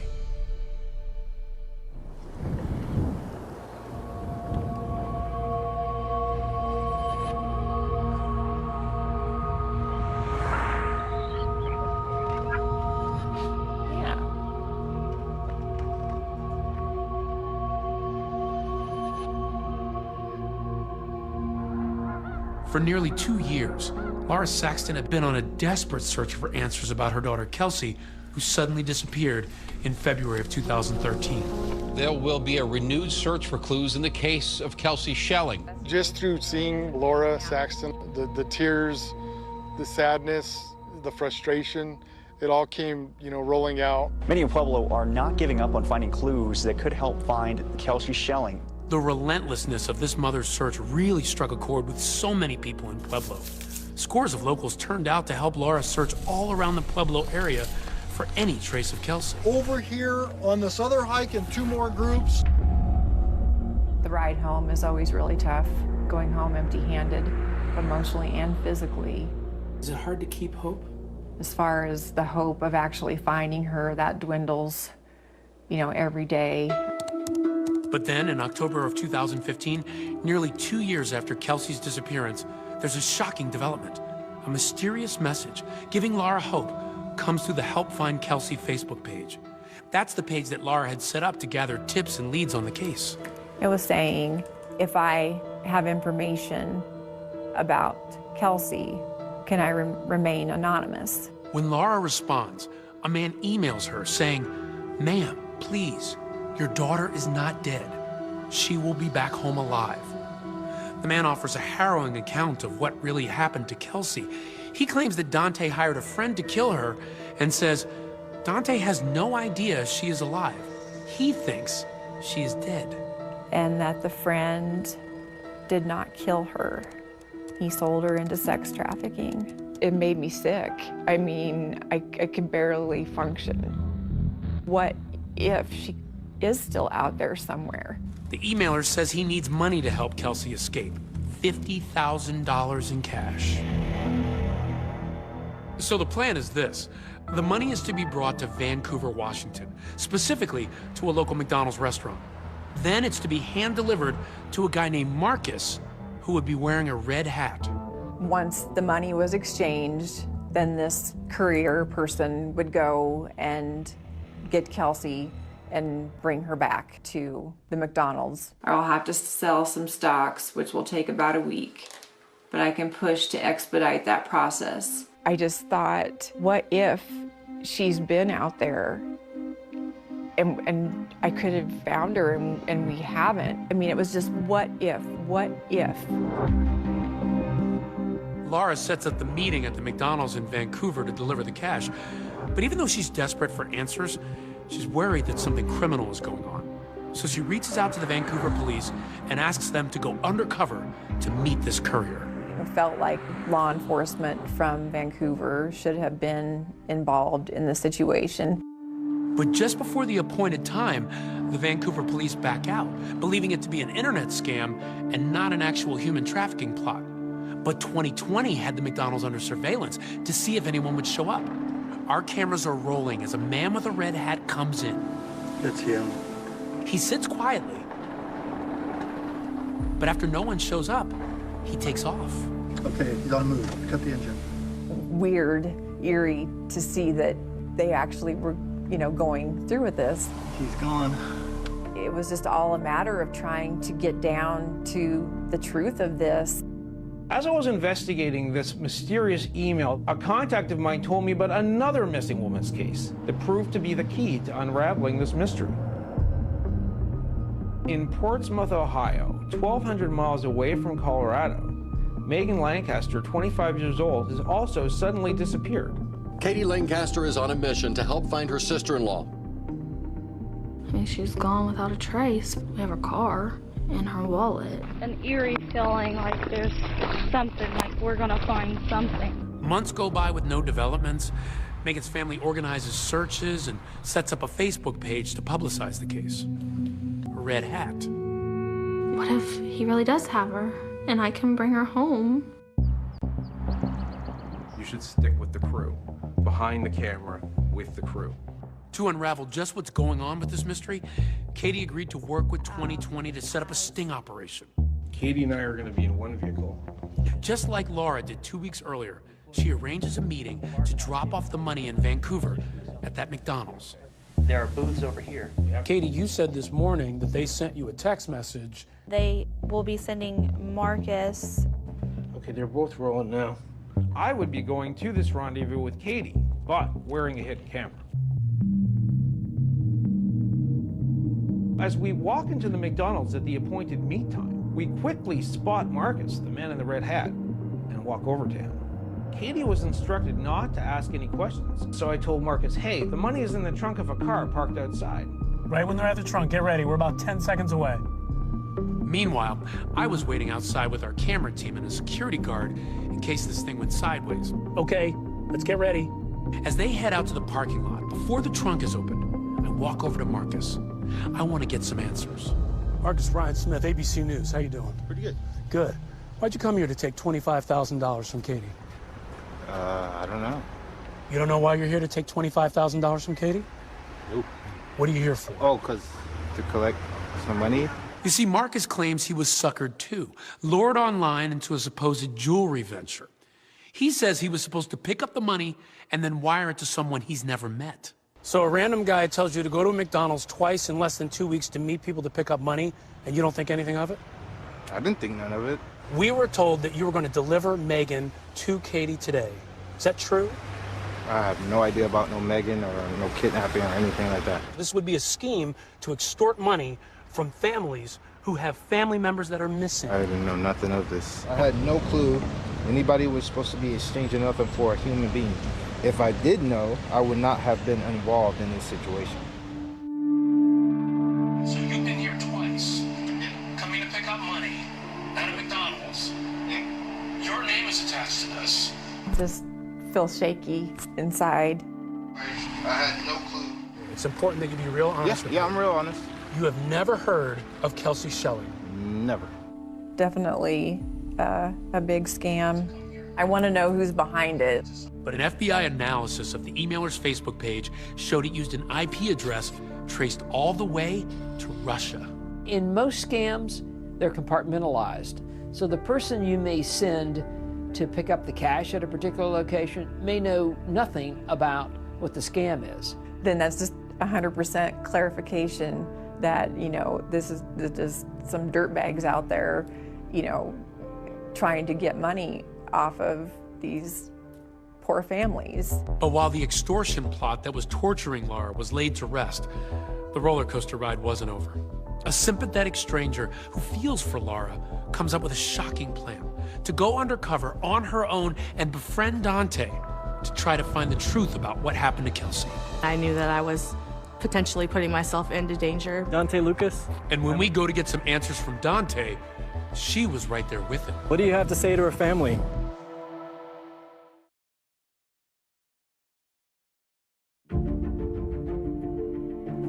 Even though Laura Saxton lives hundreds of miles away from Pueblo, Colorado, the news about her years-long crusade to find her missing daughter continued to resonate with folks living there. Our top story tonight, the search for Kelsey Schelling. Today, law enforcement following new leads in the case. We're going to keep coming up with ideas. I mean, we're trying everything. I felt really heartbroken for her. As a mom, I couldn't even begin to fathom knowing that your child's out there.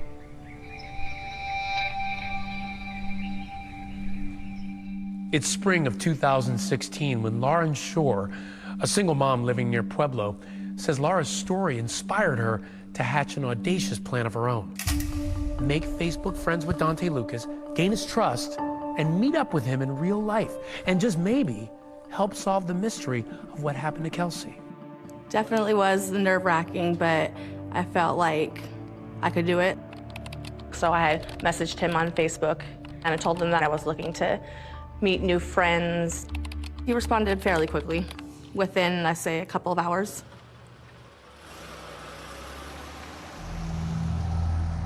Lauren was eventually able to get Dante to meet her in person. When we shot this footage of Dante playing basketball in 2016, Lauren was there with him. She says it was only the second time they'd ever met. We had went to a basketball court to just play around, shoot some hoops, and that's when a man with a camera came up to us. Dante Lucas, I'm with ABC News 2020. The family of Kelsey says you're responsible for her disappearance. Is that true? Who's Kelsey? I freaked out. I had to play the role that I didn't know what was happening, so I was like, oh my gosh, what's going on? Like, what is happening? What's happening right now?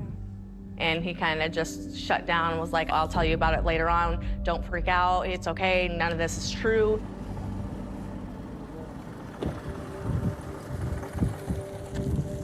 As the weeks go by, Lauren says she's able to develop a close relationship with Dante. We just hang around the family, watch movies, drink a little bit. He always smelt of alcohol. He comes off as very cocky, I feel like. He feels like he's just the man, and he can't do no wrong. Just as she'd planned, Lauren says she got Dante to open up, to trust her enough. The time finally seemed right to ask him about Kelsey.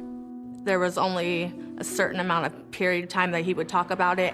1 minute, he had no involvement, he had nothing to do with it, and then he would just shut down and start crying hysterically and get really upset.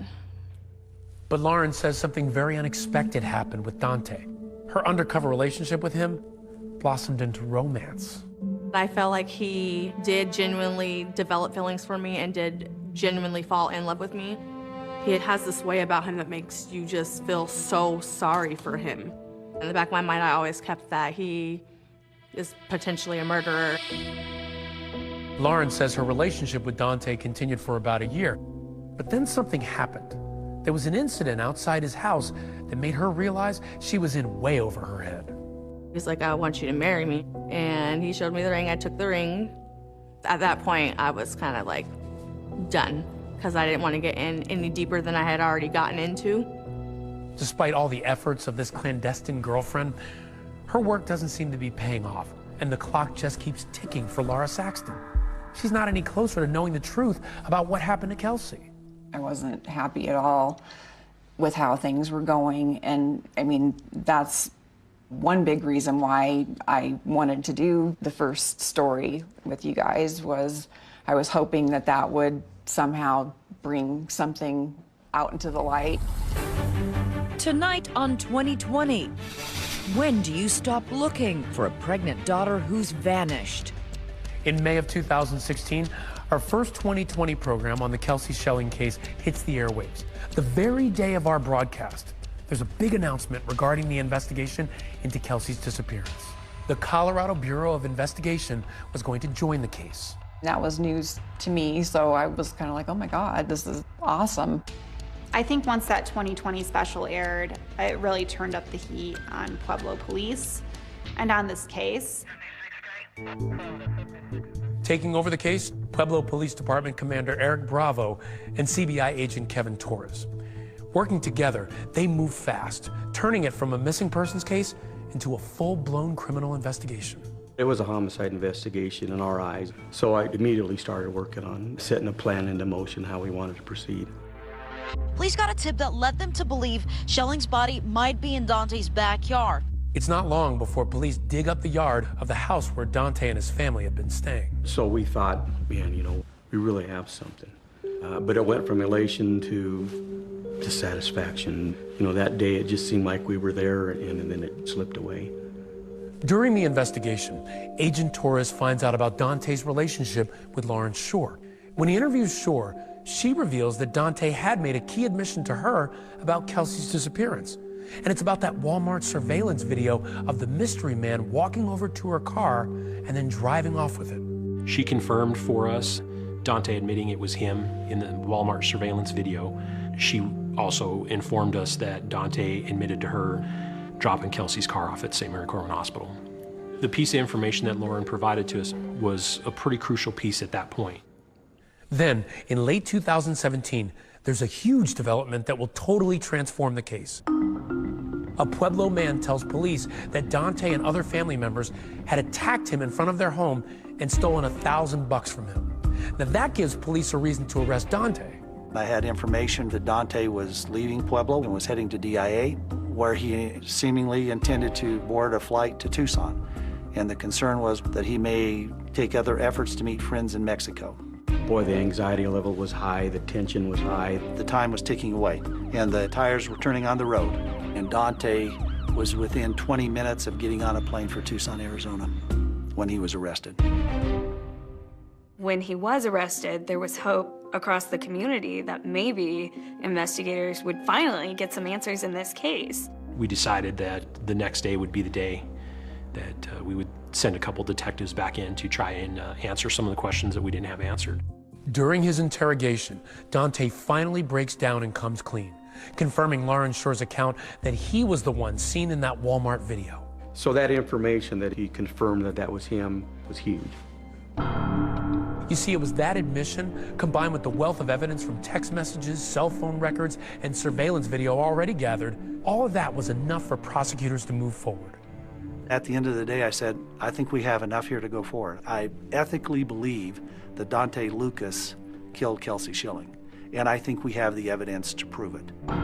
A major development, the ex-boyfriend of a pregnant Denver woman who went missing 4 years ago. He now faces charges of first-degree murder.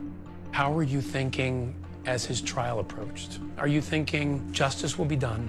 I put a lot of things on hold because I just was, sure it was going to happen and, wanted to be ready to go.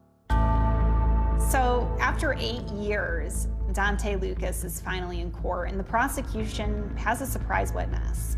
That just took the whole room's breath away. No one saw that coming.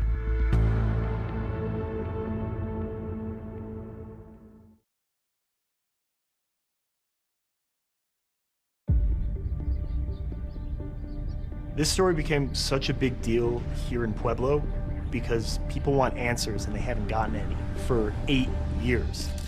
Dante Lucas, the Pueblo man accused of murdering his pregnant ex-girlfriend Kelsey Schelling nearly 8 years ago, is headed to trial tomorrow. Did I think it was going to be a tough case? Absolutely. And we well may not win it. But I owe it to the family, I think I owe it to Kelsey, to go forward and try this case. KRDO News Channel 13's Dan Beatty has been following this case and the trial for more than 2 years.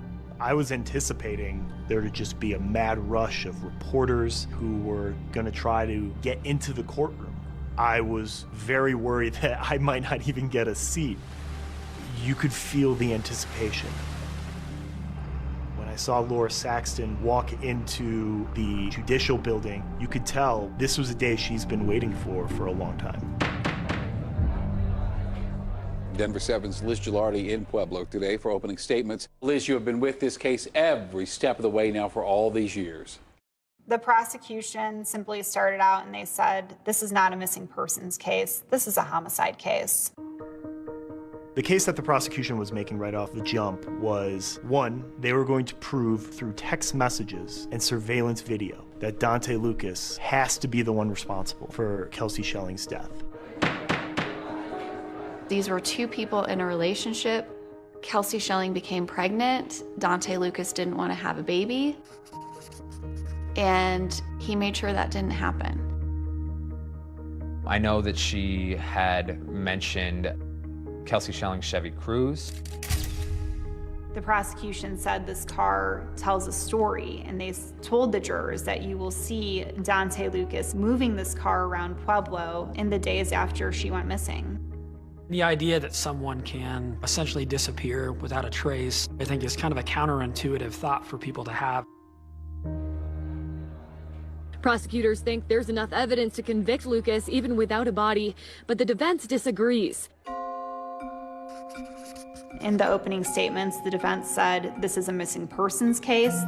This has always been a missing persons case. They said there's no body, there's no evidence. Why should you believe that Dante Lucas killed her? They do not have a crime scene. They do not have a murder weapon.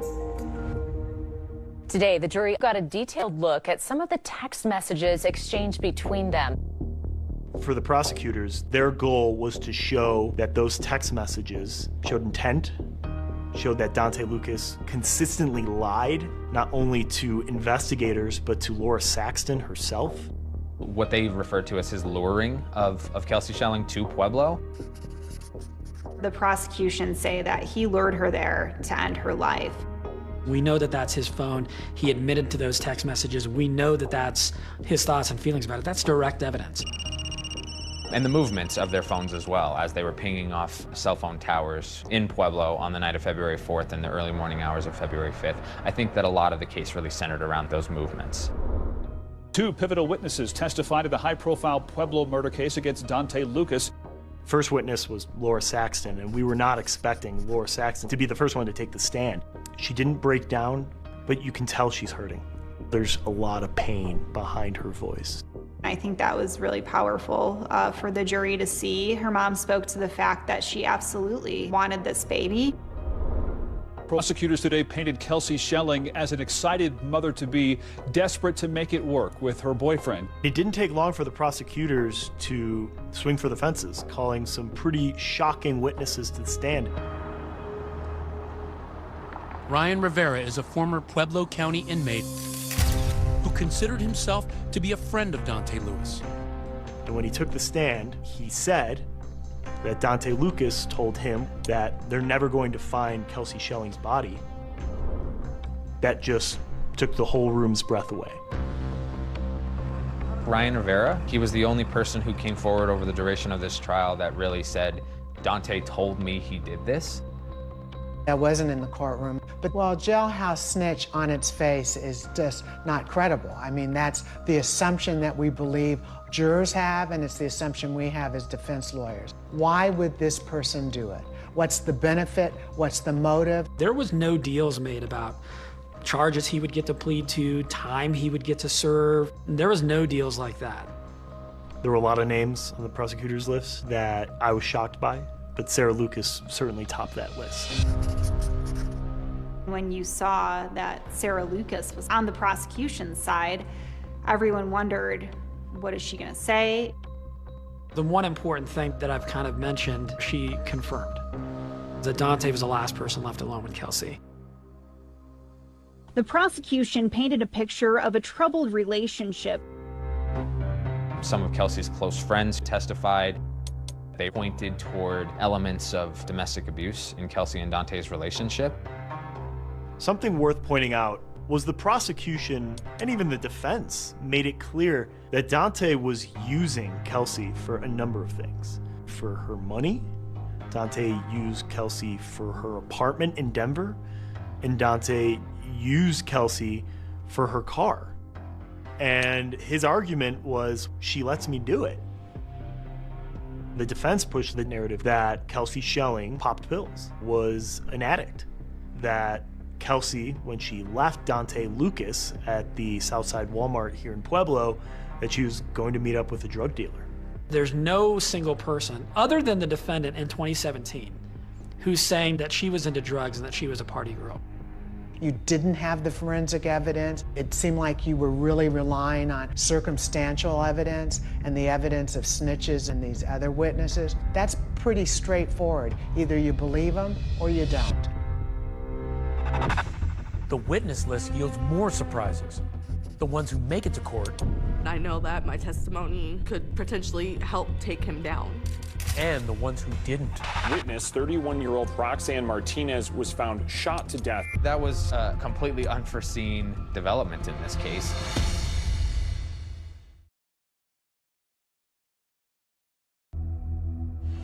Breaking on Denver 7, a key witness in the Kelsey Schelling murder trial found dead. That witness, 31-year-old Roxanne Martinez, was found shot to death in Denver last week. These are still very stunning developments. Roxanne Martinez, a witness for the prosecution, who was set to testify soon. That was just an absolutely, completely unforeseen development in this case. People were reeling when that news broke. Denver police officers were called to a residential area in southeast Denver on a report of an unresponsive female who was lying in the roadway. We determined that that individual had been shot one time and died from that injury. Her dad is in shock, her mom, her stepmom. It's just tragic all the way around. I think when a witness in any major case turns up dead directly before they're set to testify, I think, of course, people are going to think, was she killed because she was going to testify? Denver police arrested a suspect in Martinez's killing, 29-year-old Emmanuel Chandler. Chandler has been charged with first-degree murder, but he hasn't entered a plea yet. We don't have any connection between Mr. Chandler and Mr. Lucas or anybody associated with that trial. Our concern was to make sure that people understood that while she was an endorsed witness, I couldn't comment on her testimony. Nobody knows what Roxanne Martinez was going to say on the stand for sure, with the exception of maybe the investigators who talked to her. But while prosecutors say they can't discuss what Roxanne Martinez would have said on the stand, 2020 has uncovered some revealing details about her. You see, back in March of 2016, a woman named Roxanne had reached out to Laura Saxton through that Help Find Kelsey Facebook page. Roxanne messaged that she used to date the guy Kelsey was pregnant with, and he told me what had happened and started crying. I'm instantly like mixed emotions, like, okay, are you going for the reward or, you know, are you for real? When Laura asked, do you know where Kelsey is located? Roxanne replied, he told me everything. Yes, I do. Basically, her information sounded very good and very promising, and so we really wanted to meet with her. This mysterious woman agreed to meet Laura and her husband at a Mexican restaurant in Denver. We were actually on our way there, and I tried to reach her by phone to let her know we were coming. She said that she was in the hospital and couldn't meet us. That was kind of the extent of what I really remember. And then, you know, past that, then, you know, that was all turned over to law enforcement to look into further. Authorities say that woman was the same Roxanne who was killed during the trial. I can confirm that CBI followed up and interviewed her. that we did have her as an endorsed witness that we wanted to testify during trial. The thing that I'm steering clear from is I just don't want to talk about evidence that wasn't actually admitted during trial. Martinez's killing shakes up the trial and threatens to overshadow the testimony of another prosecution witness who had a remarkable story to tell. It's none other than Lauren Shore, that woman who befriended Dante as part of a plan to try to find out what happened to Kelsey. I know that my testimony could potentially help take him down, and that was realistically why I wanted to testify.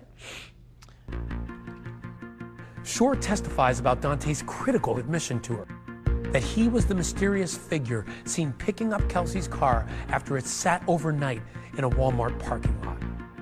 I said, so that must have meant that you had dropped the car off at the hospital, correct? And that's when he said, yes, that was him that dropped the car off.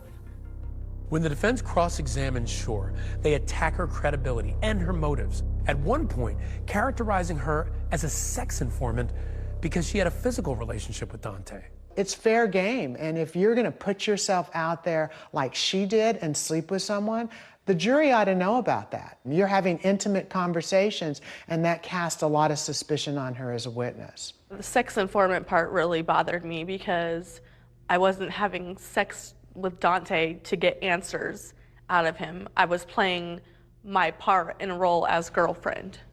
So to me, to be called such was really degrading.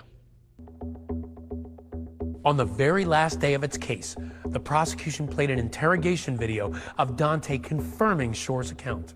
The clip that I played at the beginning of my closing was his phrase to detectives, "I lied from the jump. I moved the car." I wanted the jury to hear the defendant in his own words say, "I lied." When it's the defense's turn to present its case, they raise a lot of eyebrows in court. The defense didn't call a single witness to the stand. The defense immediately rested their case. And it was just another moment where your jaw hit the floor. The burden of proof is on the government. It's simply messaging in a very strong way to the jury, they haven't done it. It's not guilty. So it's a strong message. There was just really not a lot of hard forensic evidence to go off of. So as far as, what evidence they put forth to court that was irrefutable, that Dante Lucas killed Kelsey Schelling, I never saw that. After a shocking final day of the trial, the jury was going to deliberate, and I had no idea what was going to happen at that point. I think everybody was just like holding their breath.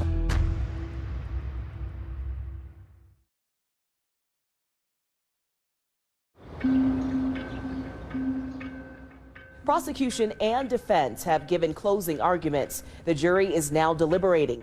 Well, on that last day of the trial, no one expected to get a verdict that day. So now the waiting begins. Yes. And I was prepared to camp out at the courthouse as long as I had to. I really thought I would be there all week, and we're really totally unprepared for when they came and told us the verdict was in. I think we all were just like, oh my God. I mean, it was shocking how quickly they arrived at their decision, especially given just the amount of information they had to look at. I can tell you, because the decision came back so early, all of our experience as prosecutors is that this was probably an acquittal, because juries tend to come to decisions more quickly on acquittals than convictions. It was like standing on the precipice of a cliff and looking down. It was scary. It was a very tense atmosphere in the courthouse while everyone was waiting to hear what the verdict was. Even I was nervous, and I'm not affiliated with Kelsey Schelling's family at all. People were wondering, does that mean Dante Lucas is going to walk? I think everybody was just like holding their breath almost. And then, when you hear the verdict, tell me how you're feeling. Well, the words came out way too slow. Like, I feel like the judge was talking in slow-mo, even though he wasn't. I mean, I was just like, every word, it's like, okay, spit it out, please. And then he finally got to, guilty of first degree, and I think that was the first breath like I had taken in a long time. This is a guilty verdict, 8 years in the Bad situation that didn't have to end up like this if he had just let her come home. You mentioned it was a lot of emotions for both sides. Did you find yourself looking over at their side? Dante was sitting right in front of me. I looked at the back of his head through the whole trial. But, you know, the mother of his child was there, and she broke down, and honestly, my heart hurt for her, hurt for their child, because it didn't have to end up this way. Ryan Rivera's testimony was the biggest bombshell for our trial. It had moved us all. I could hear the gasps even in the masks of fellow jurors. When it came out that he was convicted, I think there was a great feeling of satisfaction and relief, not elation. You know, you have to look at it from this side too. Mr. Lucas is a young man, and he was convicted of a criminal crime that shapes his life for however long he lives. I think it's every parent's worst nightmare that a child goes before you, and you can never fully heal that wound. I can tell you, I almost lost a child in the early 80s. And so I had a lot of sympathy with Laura and her family because I came that close to that tragedy. And that child was the lead prosecutor on this case. So the elected DA is my dad, and Kyle McCarthy, who was obviously on the case with me, is my husband. And I don't think, had a night in the last 4 years that we haven't gone home and talked about Kelsey Schelling. Sometimes it's the first thing we talk about when we wake up. Sometimes it's the last thing we talk about before we go to sleep. On Saturdays when we're driving kids around to soccer, a lot of times we're being told to stop talking about it because they can hear us in the front seat talking about it. We both also had, an incredible emotional pull to the family. That is a very special relationship, one that I will value for the rest of my life. Well, I think, Michelle and Kyle with their closing, they're amazing. I don't even know what other words to use. The first things that she told the reporters outside of the courthouse after the guilty verdict, yes, she was happy, but she was still devastated. So we're very, very thankful for this outcome. But in the end, I didn't get Kelsey back. And that's what I wanted more than anything. So I feel like I didn't do something, I didn't push hard enough on something, or I didn't look enough on something to bring her home. That devastation isn't going anywhere. Like she said, she has to live with that forever. Her goal throughout all of this was to bring Kelsey home, give her a proper burial. So I know when she had expressed that in some ways she felt like she had failed in her main mission. I think the investigative team has some ideas where she may rest. If that's where she is, that's just like the worst possibility to me.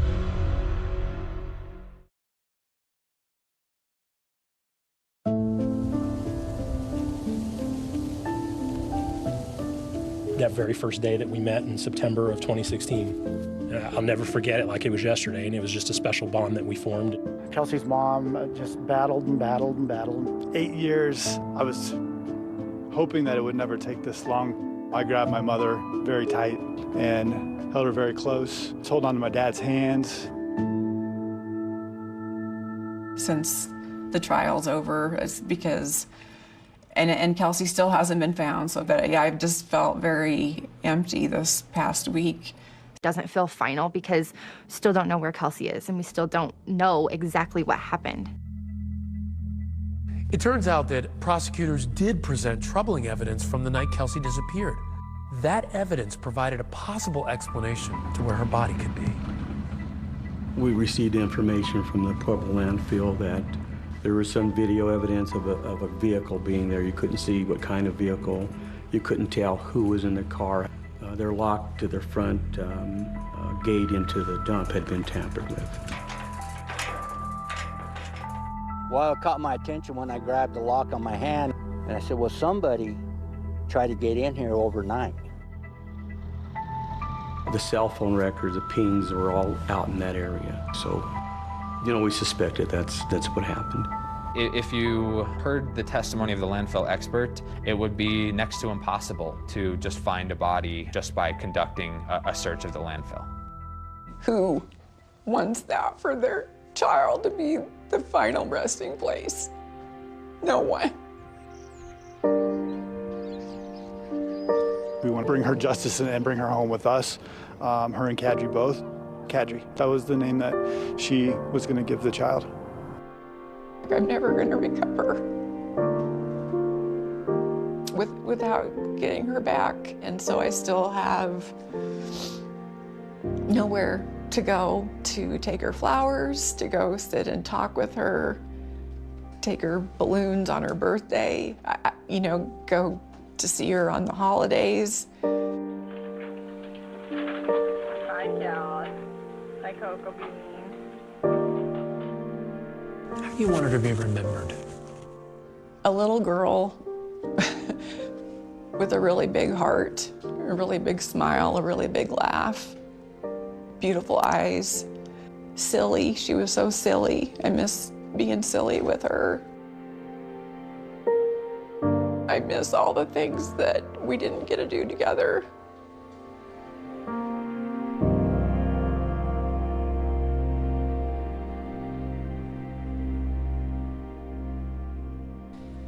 We've been covering this story for more than 5 years now, and as you can see, the heartbreak never really stops for Kelsey's mom and the entire Schelling family. And Dante Lucas's defense team declined to comment for our program, but it is likely they will file an appeal. In the meantime, that is 2020 for tonight. Thank you for watching. I'm David Muir. And I'm Amy Robach. For all of us here at ABC News, good night.